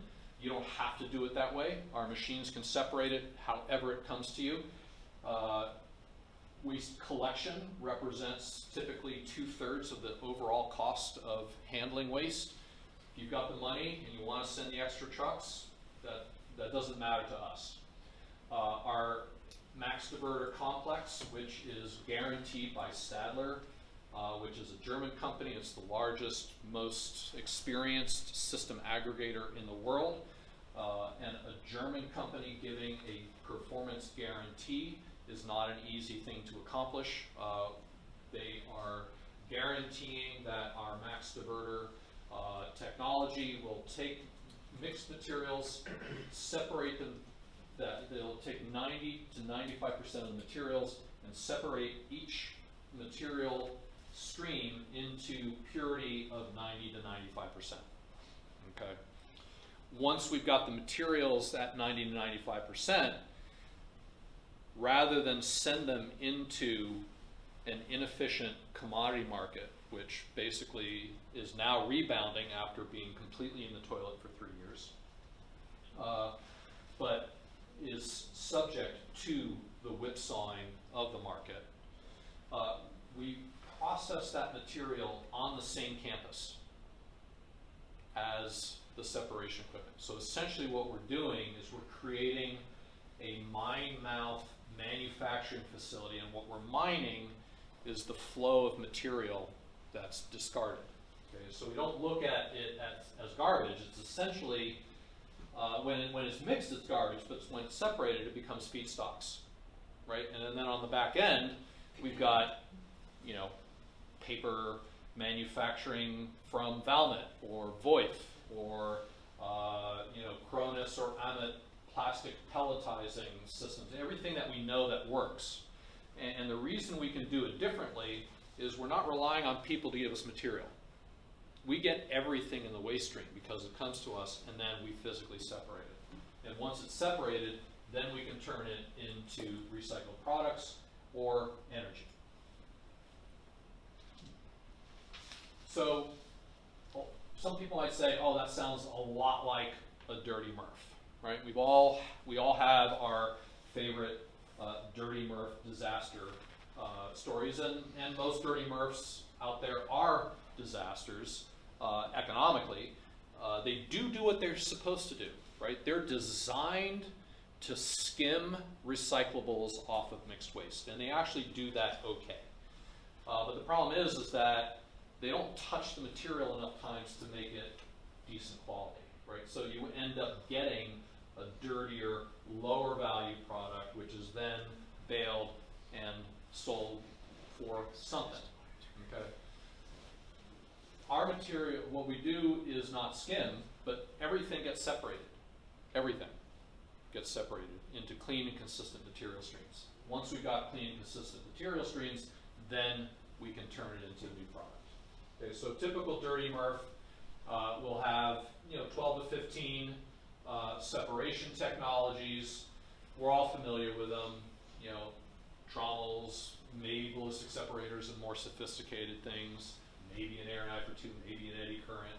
So those are all, you know, the bread and butter stuff. But the problem is there aren't enough of them. So what we've done is, because we're separating everything in the waste stream, we put 60 to 70 of these sorting machines together to take things at different stages. So once we do the density separation, we do a dimensional separation, and then we do another density separation, and then at the end, we do a series of opticals. So we can separate paper by color, we can separate plastic by, you know, 1 through 7, we can separate glass by color. Anything you want, we've got off-takers for it, we can separate it. And obviously there are, limits to that. Obviously, diminishing returns. You can separate anything you want if you can afford it, right? But that's where the economics of our system come in, because you're not going to see a lot of these facilities normally. So anyway, lots of extra density dimension, and then lots of opticals, and then we turn them into manufacturing on the same campus. Right, but you're not going to see a lot of these things right now because most people are selling into a volatile commodity market. There isn't a bank out there that would finance this selling into a volatile commodity market. But if you have an offtake agreement with Unilever, P&G, with FedEx, to buy your stuff, all of a sudden, you're selling a product, you're not selling a commodity. Products are worth 10x, 10 times the value of what you can get in the commodity market. And yes, commodity prices do, product prices do vary, but they don't vary as much as commodity prices do. So it's a lot more stable, and the banks are a lot more willing to finance it. Now, if I can make this thing play, nope, it's not going to play. I don't think. All right. You can sing. If you imagine that, how many, we've all seen the black and white movies of the guy with the wings jumping off the cliff, either to injury or death. And we've seen the flying machines trying to do this, and we've seen them all flying, all falling apart, right? And on some level, we're sitting here saying, all right, we've been doing this for 50 years in conventional recycling. If we just did this, maybe we'll get off the ground, right? But we're not going to get off the ground because we're doing the wrong thing, right? Consumers at the foundation of a system to recover material will never get more than 30 to 40%. The fact is, we all, everybody looks at Europe, everybody looks at Japan, but if you look at their recovery rates, frankly, they're in the mid-30s to mid-40s, and the rest goes to an incinerator. And they call that recycling, right? And it's the fact is that people just don't have the bandwidth, they don't have the desire to separate their garbage, and particularly when we're talking organics, to keep it on site for a long time. They're just not going to do it. They've got more important things to do. So let's take their bandwidth away from the third R. Okay, there's nothing wrong with the third R. In fact, some folks say, oh, you guys are trying to get rid of the blue bin. No, we're getting rid of the black bin. Everything goes in the blue bin now. That's what we're doing. We're changing everything into the blue bin, and we're making everything recyclable. And we're taking that decision away from the consumer, where the consumer has a better value added is on the purchase decision. And that's where the education needs to go, on the first two R's. Let the machines do the third R, because the machines do it better. Because there isn't a guy on a line anywhere that can tell the difference between a red polypropylene jug for detergent and one that's HDPE, right? But a machine can, and it can do it instantaneously and with 90+% accuracy. And if you need somebody at the end to go through it, we have the ability to put additional sorters, both optical and mechanical, at the stage of the manufacturing. So typically in you might get 20 to 35% of material from mixed waste. We've got a guarantee for over 90%. You're talking about contamination above 20%. A lot of that's wish cycling. It's plastic, it should be recyclable, so I'm going to send a message to the market. I'm going to put it in the bin so that the market can respond and do it. But what it does is it basically gums up the old works, right, which are underinvested because A, contamination, B, volatile commodity prices, and C, just not an ability to make a return because of the structure of the system. We're proposing a restructuring of the system so that we can actually extract the value of the material that people throw away. So where's it been done before? We do have a couple of examples that were designed by Stadler in Norway. We are recovering over 90% of material. They have a couple of facilities in the UK that are recovering 85 to 90% of the material from mixed waste. So we know that the separation works. These facilities have been in operation since the mid-teens, so 5 or 6 years. And again, the reason you don't see a lot of these other things is that these are very expensive facilities. And if you don't have the back-end markets for them, if you're selling it into a commodity market, you're not going to get your returns. But if you're selling products to off-takers who are dying for a consistent long-term supply of material streams, you look at half the people out there with their CSR commitments, their corporate social responsibility commitments, they can't meet them because they can't find the quality and quantity of material that they need over the long term, and we provide that with this. Similarly, in Spain, we've got the wet-dry separation piece nailed down, and then the dry separation portions of glass, metal, plastic, and mixed dry organics happens in a different facility, but it's the sequencing of technology that we use, so we know that the sequencing works, and that is why, you know, it was only after Stadler had a couple of years of experience with this, would they give us the guarantee, right? They're putting their balance sheet on the line for a $350 million facility to ensure that it works. Okay. Now, $350 million sounds like a lot of money if you're getting $150, $200 a ton, but we're not getting $150, $200 a ton from waste. On average, we would be getting $800 to $900 a ton, and all of a sudden the economics work. And you know, if you're a municipality and you don't feel like taking the risk, good news, we're not looking for any subsidies, we're not looking for any tax breaks. We're looking as a purely commercial business, and the thing about commercial businesses, if they don't get financed, they don't have it. And I promise you, there isn't a single bank on the planet that's going to put, you know, the separation equipment, the separation facility is about $200 million with the paper, plastic, anaerobic digestion, pyrolysis, combined heat and power, all that stuff. You're talking $600 million, you know, for 2,000 tons a day. And no bank on the planet is going to put money into that unless they are really sure that it works. That they're not going to put money into it unless they're sure that you've got the waste.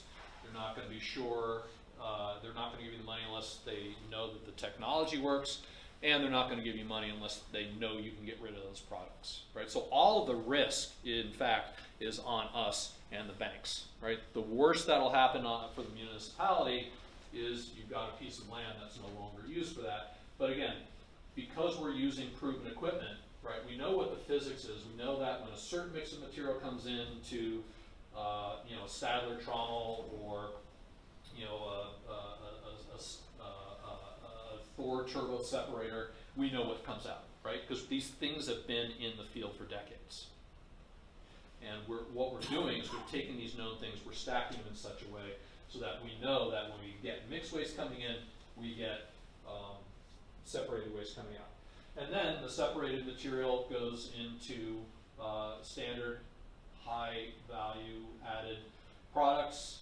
We would have a paper facility on site. We can make craft, we can make e-flute, tissue towel, food contact paper, you know, whatever you like. We can sell it to McDonald's, we can sell it to Amazon, we can sell it to FedEx. They're all dying for that kind of thing.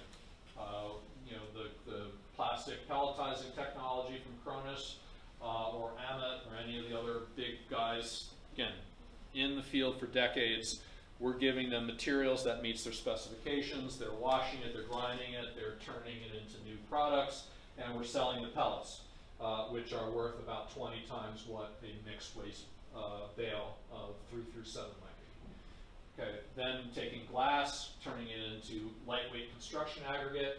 As you know, I know from my work in LEED that the carbon footprint of the actual building itself, all the embodied energy and everything that surrounds us, that's a very big issue now. It used to be that it was only 10–15% of the carbon footprint of the building's life. Now with more efficient buildings, it's in the 50 to 60%. So now they're beginning to focus on it. So when you have a recycled glass lightweight aggregate, everybody's going to want to jump it up, just grab it. And then anaerobic digestion of food. I mean, look, the best thing to do is to prevent food from getting into the waste stream in the first place, right? Food rescue is like 10 times more effective on a lot of levels than composting or anaerobically digesting. So if you can focus upstream and prevent the food from getting into the waste stream in the first place, that's your best bet. But if you're going to treat it, then anaerobically digesting is much better than composting it for a whole variety of reasons. And then, you know, there's probably 10–15% of the stuff that we don't really know what to do with yet. Textiles are a huge issue. You know, already the supply chains for textiles at only recovering 15% are completely overwhelmed. Imagine doubling that. That sounds great, but now we only have 30% of all the materials. What do we do with the other 70%? We could stick it in a hole, and then, you know, just let it be. Or we could extract some energy out of it until we get better at separating, you know, mixed fibers, natural fibers, defiberizing. And there are technologies out there, and that's one of the great things about the Smart Center, is that we have waste from ounces to tons of any kind. So if we want to incubate technologies to figure out what to do with textiles, we're the perfect place for it. And that's why we have a Center of Excellence on each facility. Purpose of the Center of Excellence is to train people in the facility for better jobs if they want to improve. We're going to be training high school students. We're going to be partnering with community colleges, universities, bringing people into the waste industry, and also trying to incubate new businesses that can take recovered materials and turn them into new products. And then, obviously, with the biogas and the syngas, we can be, you know, essentially off the grid, both thermally and electrically. We are, for example, working with Valmet and Voith to do a full DC power paper mill, because most motors, all computers, LED lights, 60 to 80% of the equipment out there is native DC. And the reason I have this hot, expensive machine is that it transforms AC current into DC, which is what my computer likes. And then, if I'm hooking my PV panel up to the grid, I'm spending 15-20% extra on the system to get the AC-DC converter so I can put it into the grid, and all of the permitting that requires. Plus, I'm looking for that for my expense. I'm losing 10 to 15% of my power on both ends, right? So all of a sudden, you remove that 25 to 30% of power that's lost in conversion. You run DC to DC, and your costs come down, your efficiency goes up, and all of a sudden you can run very dense things with a lot more renewable energy than you could at the beginning. So we're really trying to reimagine the entire system and have something that is closed loop, and, you know, use the most advanced technologies for things like composting, where we want to keep the critters happy, because happy critters means good compost.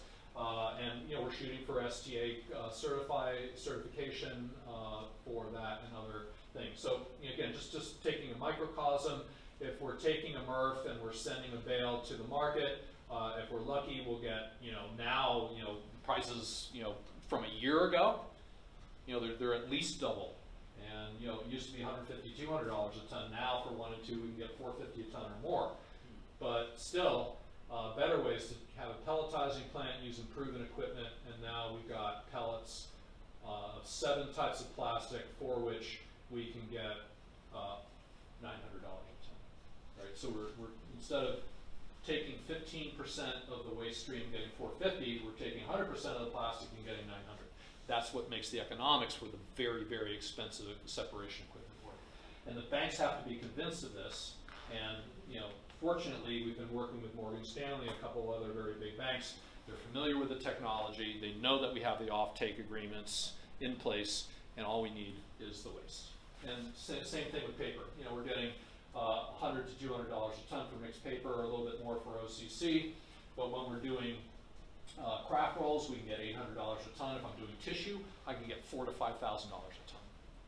I can sell it to Amazon. I can sell it to Walmart. I can sell it, you know, anybody who wants a branded piece of environmental product, we can do that. As I mentioned, you know, Cellmark has basically offered 15-day terms for everything we produce. They're sort of our backstop, because ideally we would be selling directly to P&G. You know, P&G is really interested, for example, in having us collect their toothpaste tubes. You might have seen the Digimark test that was successfully taking, basically it's an electronic watermark that gets printed not only on the label but on the actual food container itself.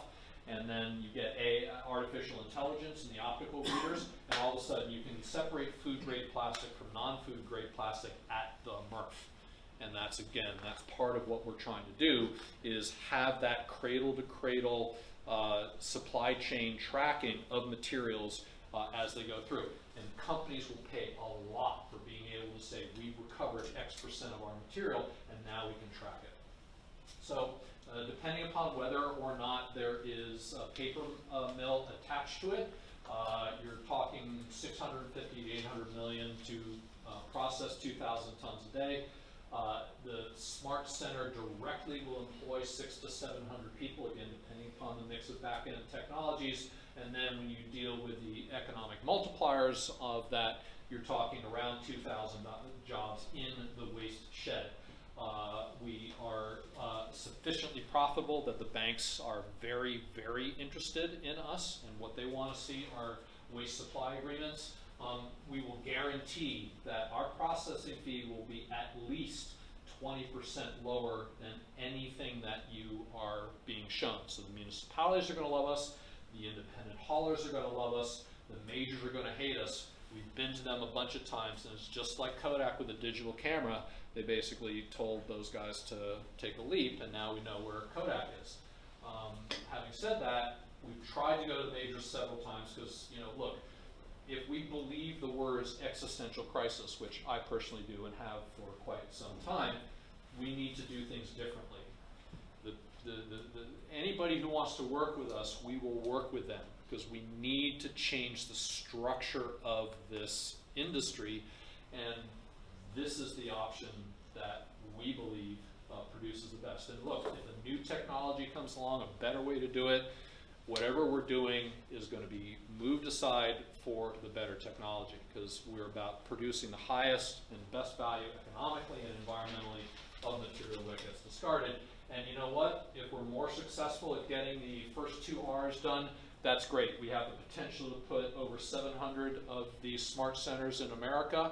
If we only put in 350, we don't care. Because A, there's plenty of money, and B, it means that we're solving the problem that we're intending to solve, which is putting less stuff into the waste stream and making our economy more efficient. So I just did a very quick case study for what, if Keene were a Smart Center customer, they've got 24,000 tons a year of mixed material, so we would guarantee them the 20% below whatever tip fee that they could get. Material comes to us, we would pay them $10, and that's just, it could be more, it could be less, depending upon what we negotiate for their material. So not only are they getting 20% less of a tip fee, they're also getting $10 a ton from us to induce them to give us their material, and then that goes in. They end up, cumulatively over 5 to 10 years, that's almost $1 to $2 million just on the resource rights fee. And then the processing fee savings is almost 2 to 4 million. So, and then if they take advantage of the collection cost savings by consolidating routes and not sending a truck around for new sets of materials, that's another 2 to 4 million. So you're talking $5 to $10 million almost over the course of 5 to 10 years. That's money that could be spent doing other kinds of municipal services that Keene is interested in doing. Smart Center would take, again, depending upon the permitting, and once the permits are in hand and the shovel's in the ground, we can be operating fully in 3 years. We can have some of our technologies working within 18 months, and so we have the ability to phase in, and we can, depending upon the regulatory environment and the economics, we can stretch that out, or we can compact it. So it really depends on the local market. It depends on the waste characteristics of the material we receive. So we can either do it in one or multiple phases, depending upon what the situation is. And we do have big companies working with us. We've had our technology vetted by Grupo ACS, and they've offered us a full guarantee wrap. It's expensive. It's going to cost us 15%. but that guarantee is something that the banks absolutely need. Similarly, the guarantees from Stadler about the performance of the mixed waste separation, that's another thing that the banks need. I mentioned that the Digimark and the artificial intelligence and the efficient operation and coordination of this large eco-industrial campus. People like IBM, people like Siemens, have very good systems. We're working with them to ensure the most efficient operations possible. And then as our backstop purchaser, Cellmark has agreed to give us basic terms on that, enough to satisfy the banks. But obviously, we're more interested in having direct offtakes with large manufacturers. And if we had a smart center here in New Hampshire, and there were local businesses that wanted to be off-takers, we would give them very favorable terms, because the point is to be circular and think within the watershed, and to encourage circularity both economically and environmentally. So if I'm a local government, I'm all over the lower costs, I'm all over the higher diversion, plus I don't have to put up a penny.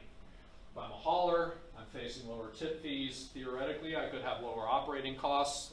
I'm charging $60 a month to my commercial customer to deal with their stuff, and I'm sending 2 trucks. Now all of a sudden I have to send 1. So that's more profit for me. I can sell them on higher diversion.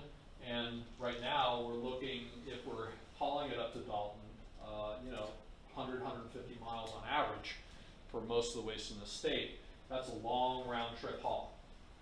We can put this on an old industrial facility, a brownfield site, revitalize some of the old industrials land, and then if we tucked it behind the gate of a landfill, you could extend your airspace almost indefinitely.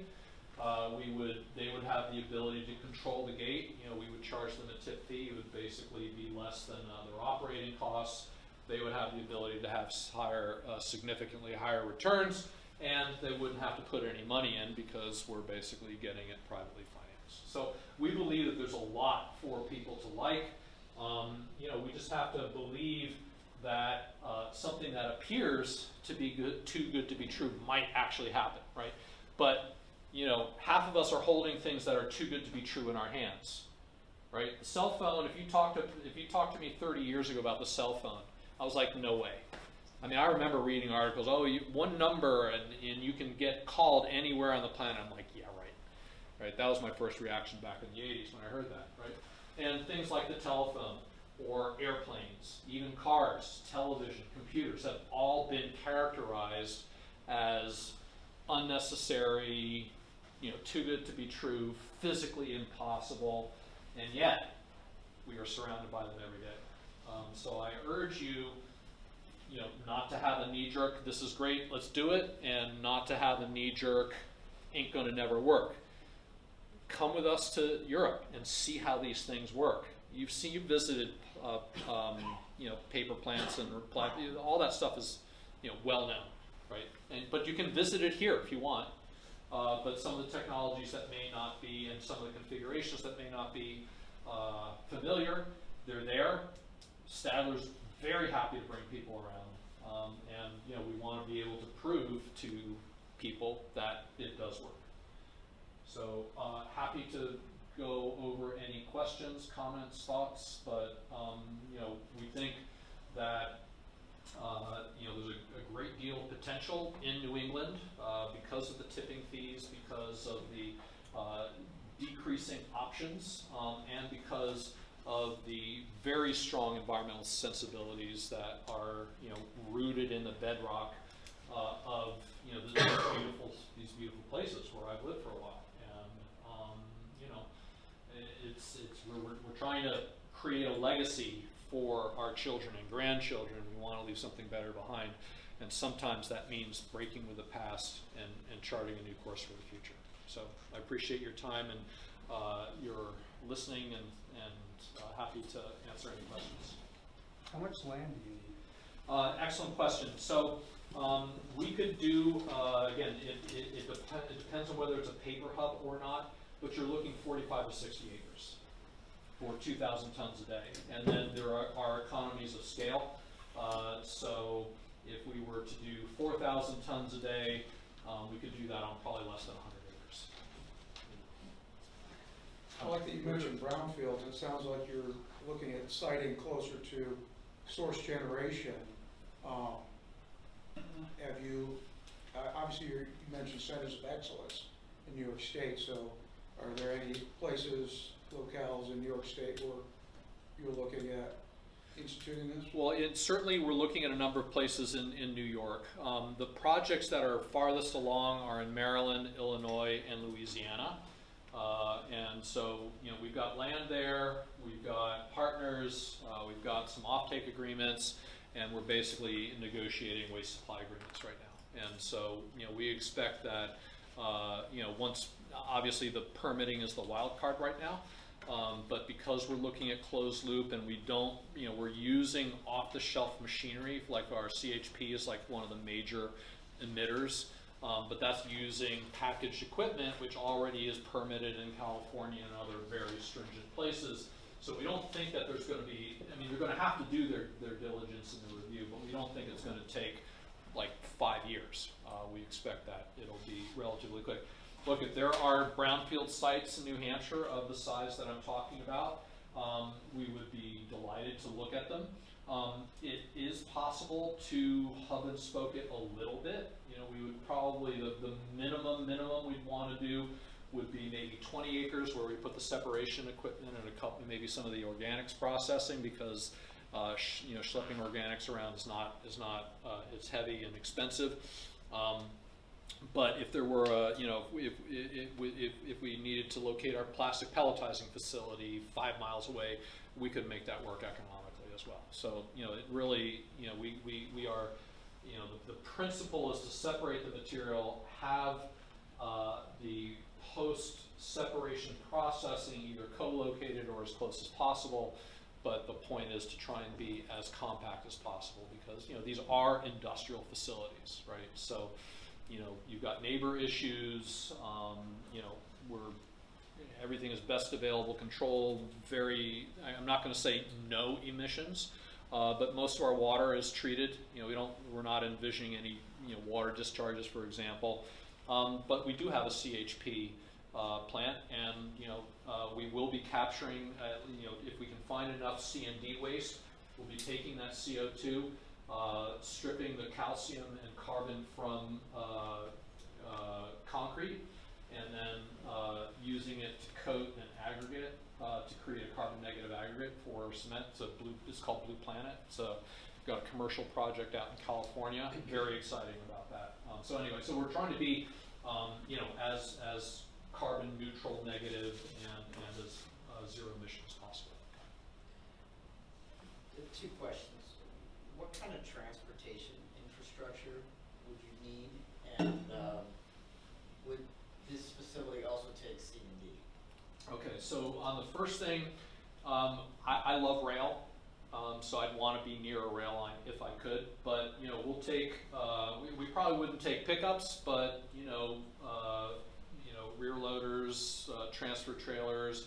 We have a 2.5 acre tip floor, so they come in, they drop their load, we'll put it on one of the conveyors that runs it through the system. So, conventional delivery would be fine, or we could take containerized or baled waste from a train or a truck. We break the bale and then do that. We'd recycle the plastic and the wire and all that stuff. And yes, all of the principles that we're talking about here can be applied to C&D, and right now, in particular, in the short run, we're very interested in the concrete demolition waste. Again, because we want to take the calcium and the carbon out of that, mix it with the CO2 to create this carbon negative aggregate. But there are markets for the metal, the wood, et cetera, like that from construction. So if we can find off-takers for the materials and there's enough demand, we absolutely could put C&D. It would be a separate line, but we would have a separate line. And I didn't mention this because it's a complicated question, but it's possible. Theoretically, we can take an existing landfill and mine it for whatever's in there, right? So getting the dirt and all that stuff out there is not very complicated. What's complicated is breaking the shell, right? And we would want to make sure that, you know, we had a process for doing that effectively. You know, we don't want a lot of stuff to go up in the air. We don't want a lot of stuff to go down in the water. And, you know, we threw things away back in the day, like DDT and lead and asbestos and all sorts of other things that could be in there. And we don't want to go, you know, slicing that cake until we have a pretty good sense of what's in there and how to handle it. So that's something we would work with DES or any other thing to figure out how to do. But mechanically and physically, it's absolutely possible to do. Well, thanks so much. Thanks so much for your time. Yeah. Oh, please. Absolutely. So, one question for the council. Tony, you're a hauler.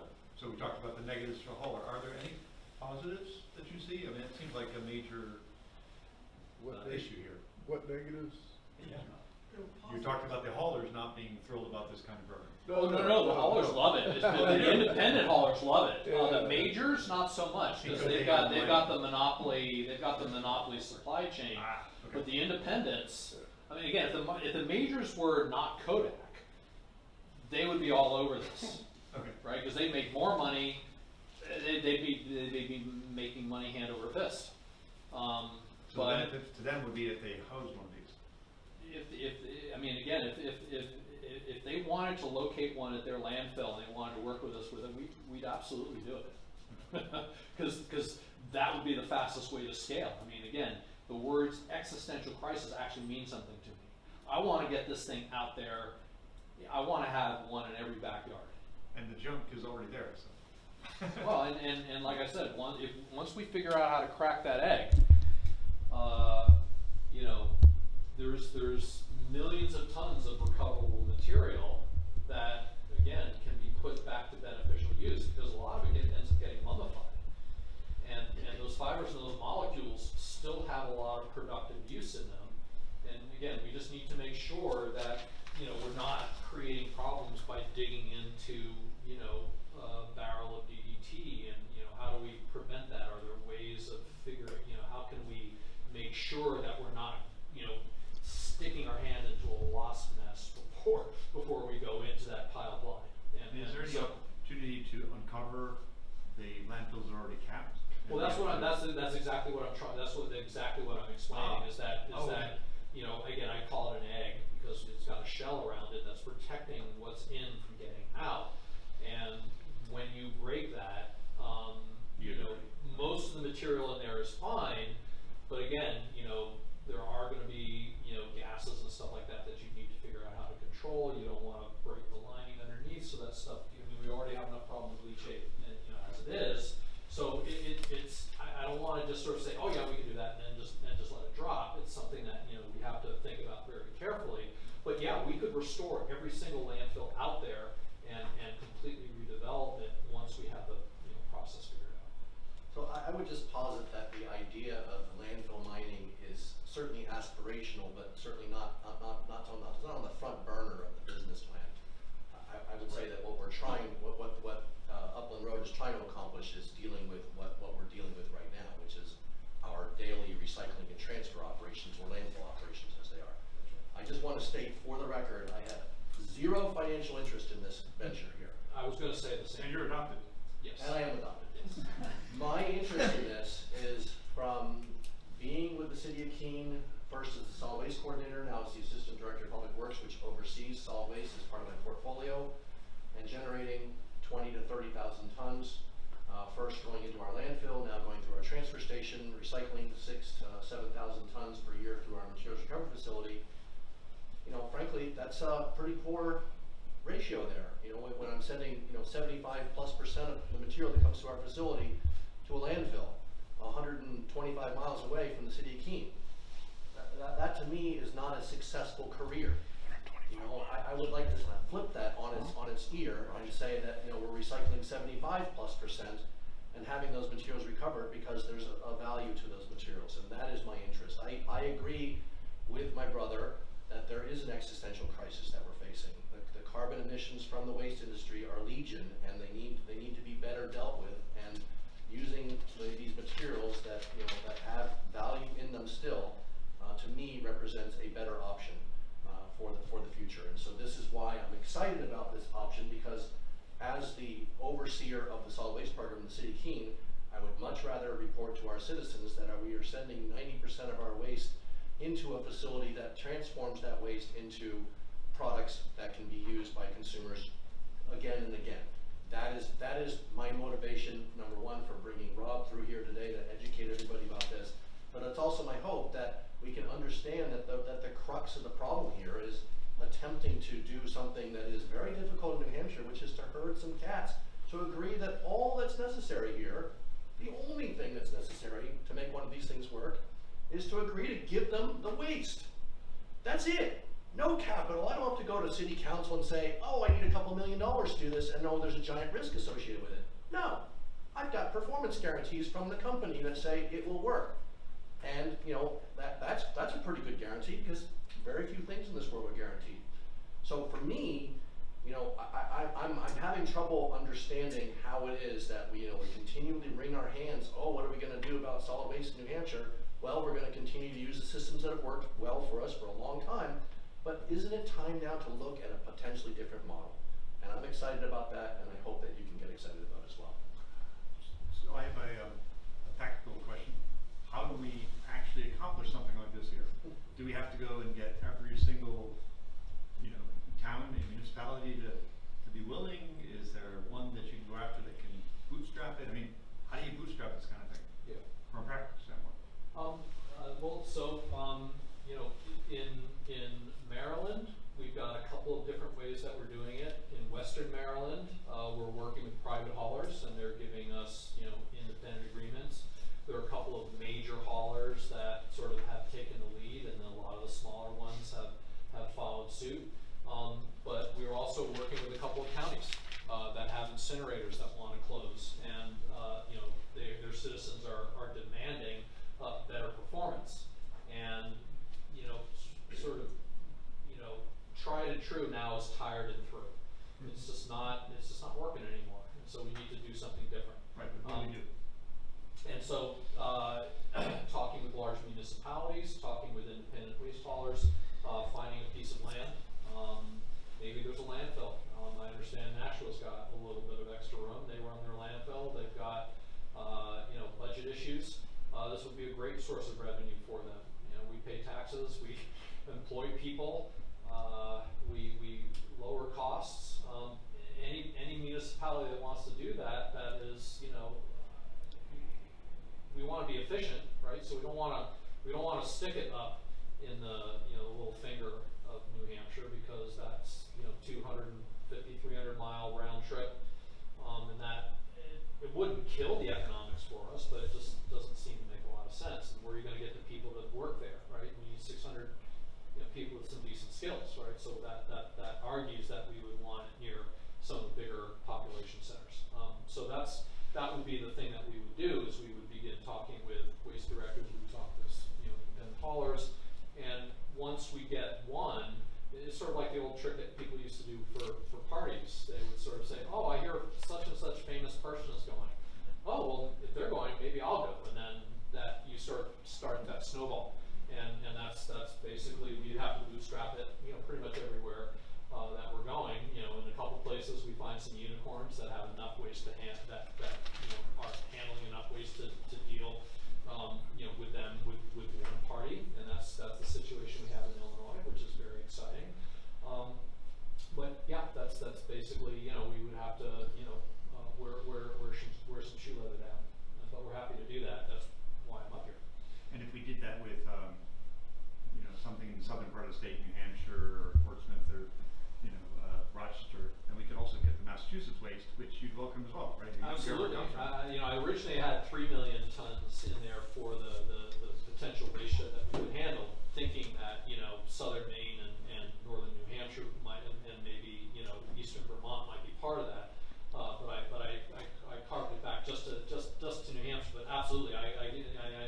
states have restrictions and some municipalities have restrictions that they don't allow waste to come in. And that can be a long conversation, so, you know, keeping it simple. But the short answer is yes, we absolutely would take anybody's waste. You know, if it makes sense for them to bring it to us, it makes sense for us to process it. It's already coming here. Director, you were going to say something? Yeah, this is very relevant to what you were just talking about. What's the scalability of this on the low side? So what you described is roughly 750,000 tons a year, which is 3/4 of what's generated in New Hampshire and That's a lot, landfill. yeah. So, assuming that's a tall order to try to do that in this state, probably, or any state, how far could you scale down before just the economics break down? Well, so you know, it's an interesting question, and you know, the honest answer is it depends.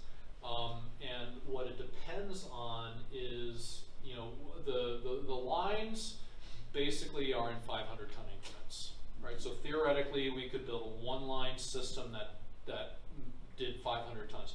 And there are actually plenty of the back-end technologies that would work at, you know, if you, depending upon the waste characterization, at the fraction of the 500 tons that they represent. Other technologies like paper and, you know, some of the more valuable technologies require significantly more scale to be economic. So, the it depends part comes, is it the first plant or the second plant, right? The first plant will generally want to do it a little bit bigger so that we can capture everything, and at least, you know, we could run our paper mill at, you know, half and still be okay financially. We wouldn't want to go much below that, right? And so, you know, you're talking 500 tons a day, which is around 2,000 tons, you know, if you're looking at, you know, typical EPA waste characterizations and stuff like that.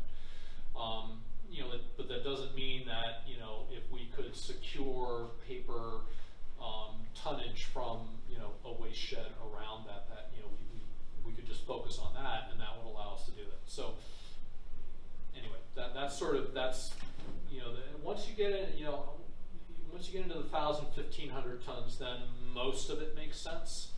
But below 1,000 tons, there are, you know, a lot of the back-end technologies don't make sense at that scale.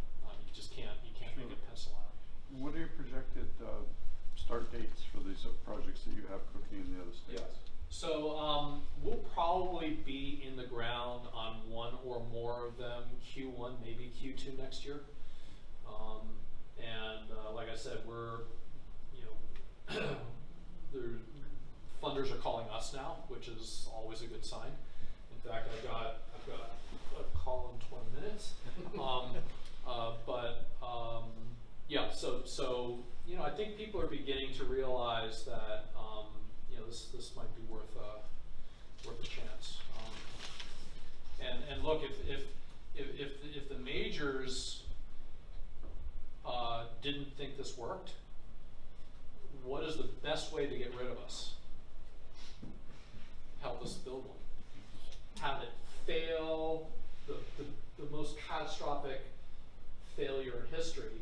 It'll be like the Titanic times 10 in terms of, you know, financially, and in terms of our ability to never ever do things. But you know, New Coke. yeah, exactly. But you know, they're fighting us tooth and nail because they know it works, and they just don't want to disrupt their business model. And I'm completely baffled why they haven't jumped on us and asked to work with us. But you know what? I'm not in that C-suite, so. I have a question. Sorry, Go ahead. So the model you're talking about has everything co-located in that 40 to 100 acre site. Correct. Does your model still work if you had your processing facility in one spot? Like in New Hampshire, we have paper mills around that aren't being used. Yeah. And so could the model work where you have the processing one place and then you're going to haul some stuff to a paper mill, or make other better use of our brownfield type? Yeah, I mean, we would be 100% open to that. Obviously, you know, transportation costs are an issue, and truck traffic is always, you know, it's a quality of life issue, it's an environmental justice issue sometimes.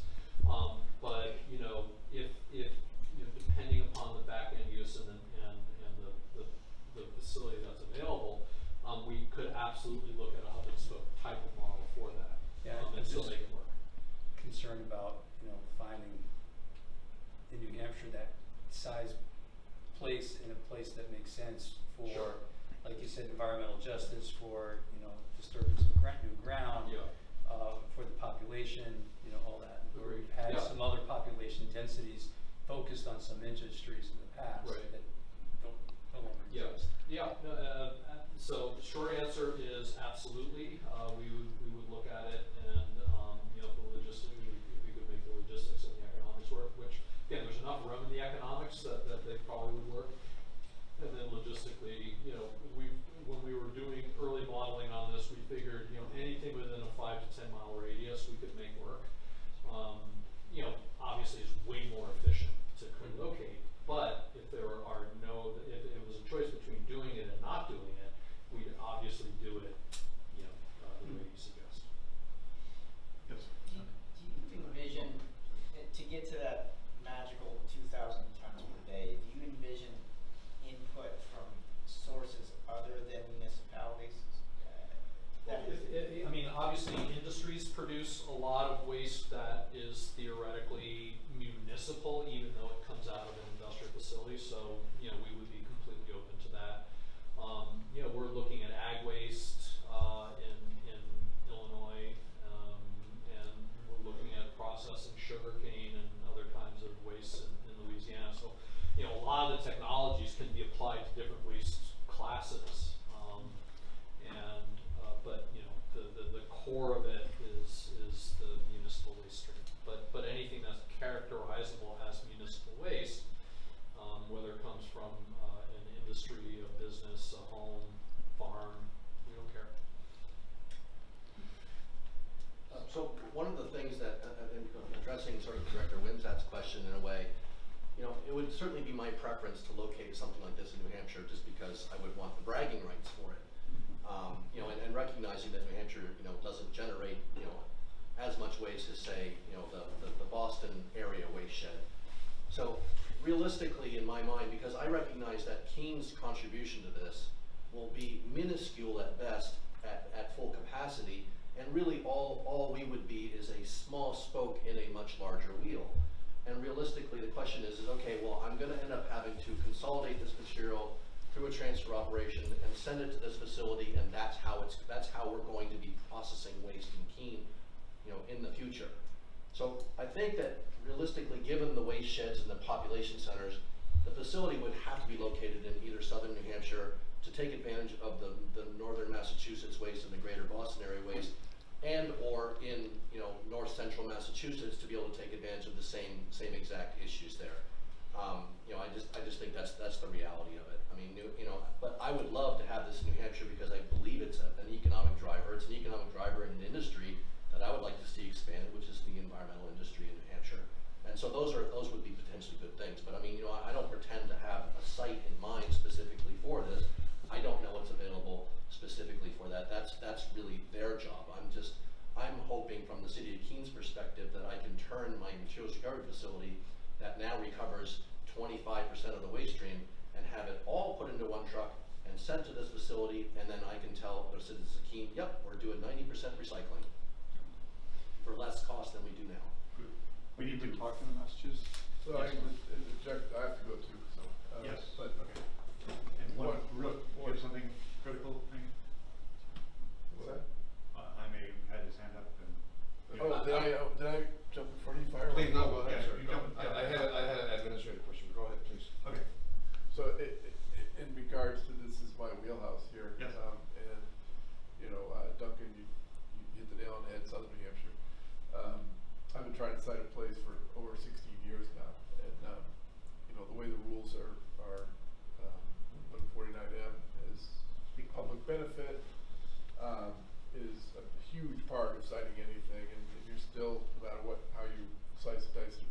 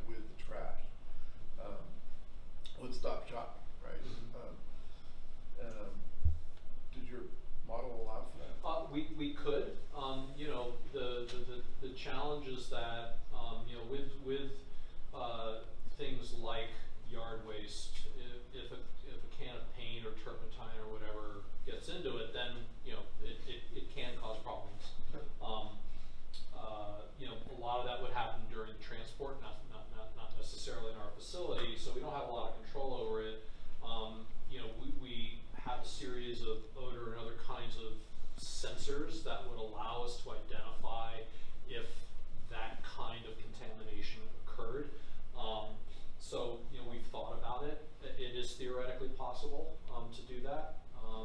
But, you know, if the green waste trucks come straight to us, then we would just send them to our chipper and aerated compost pile, but whatever we get in the waste stream, we theoretically could separate it out. It has a unique mix of density, dimension, optical properties, and a lot of the contaminated paper would end up falling in the compost heap, for example. And so you could combine a meat and dairy model. Well, meat and dairy would end up going into the anaerobic digestion, but short answer is yes. Yeah, so that even would if they be come more in separate food, but we can trucks. separate food. We can separate organics into green waste and food waste, and milk and the meat and dairy into that. And you know, we can further segregate it. You know, because separation is the key to unlocking the value of everything, right? And you know, as you know from composting, you get the wrong stuff in there, the critters don't like it, they don't work as well, right? The same thing happens with anaerobic digestion. You have to make sure that your critters are pretty specifically designed for the thing. We have the ability to make most of what comes out there compatible to the kinds of critters that we like. So we have the ability to be quite modular and quite, you know, flexible in terms of what comes out and what goes into, you know, different, you know, anaerobic digestion bins, for example, or tanks, and that's how we would do it. Perfect. Director, and then Jaime, you have an administrative question. What's your question? I had just asked whether you had been having similar communications with Massachusetts, state of Massachusetts. We have had communications with Mass DEP at a couple of different levels, and you know, they've just completed a big process, and so you know, I think I think eventually they'll be open to it, but anyway. And your administrative question, Jaime? Can we receive a courtesy copy of this presentation, sir? Yes, I was going to ask for that. If you could mail it to me, Rob? Sure. There are a couple of things in what I give orally that would be covered under a non-disclosure. So those things I will take out. But you'll get 90% of the material in there. So then administratively, is there an issue that Mr. Swan has recorded and would have this available to him? It would not be an issue, mainly because you know, the secret sauce, which is our separation thing, is behind a veil. You know, when I showed Fair enough. I just want to make sure. I appreciate you looking out, but nothing I've disclosed. I don't see that there's an issue. I just want to make sure that for the public record Yes, that was yes. shared, since you brought that up, other than Yes. potential NDA. Yeah, yeah. No, that's why I can't share the physical copy, because that sequencing is discoverable in it, and so. That's why I was fussy. Yeah. On purpose. Yep. Okay. In fact, you can mail it to me, or you can mail it to your brother. Okay. And then he will circulate. We'll circulate it. Okay. Thank you. Yes. And I'm sorry, I know, and I am taking off my boring legal hat and put on my fun policy hat. All I can tell you as an outsider who moved here 2 years ago, which is why I'm so involved now here at DES. An example is the offshore wind project that has a regional compact with the Massachusetts and New Hampshire and Maine. And I think that is a platform to study to see how, number one. Number two, successfully to provide veteran-related services. In my previous world in Illinois and the Midwest, I had to carve out regional compacts. Yeah. Because the state of Illinois had 6 states and veterans were back and forth. Mhm. So the regional compact method can sometimes sidestep some of these jurisdictional It's a great idea. entanglements. Yep. And I just offer that up. So I'll put my legal hat back on. That was worth the trip. And I'm boring again. Yeah, Sorry. that was worth the trip, right there. All right. Yeah. Thank you. Well, good. This was amazing, and I know that between the solid waste workshops and working group that we're in, the NRA that we're involved in, this is great. So thank you so much. Thank you, Appreciate your Duncan, time and for attention, all the bringing great this. questions. Yeah. I appreciate you coming up from New York City. My pleasure.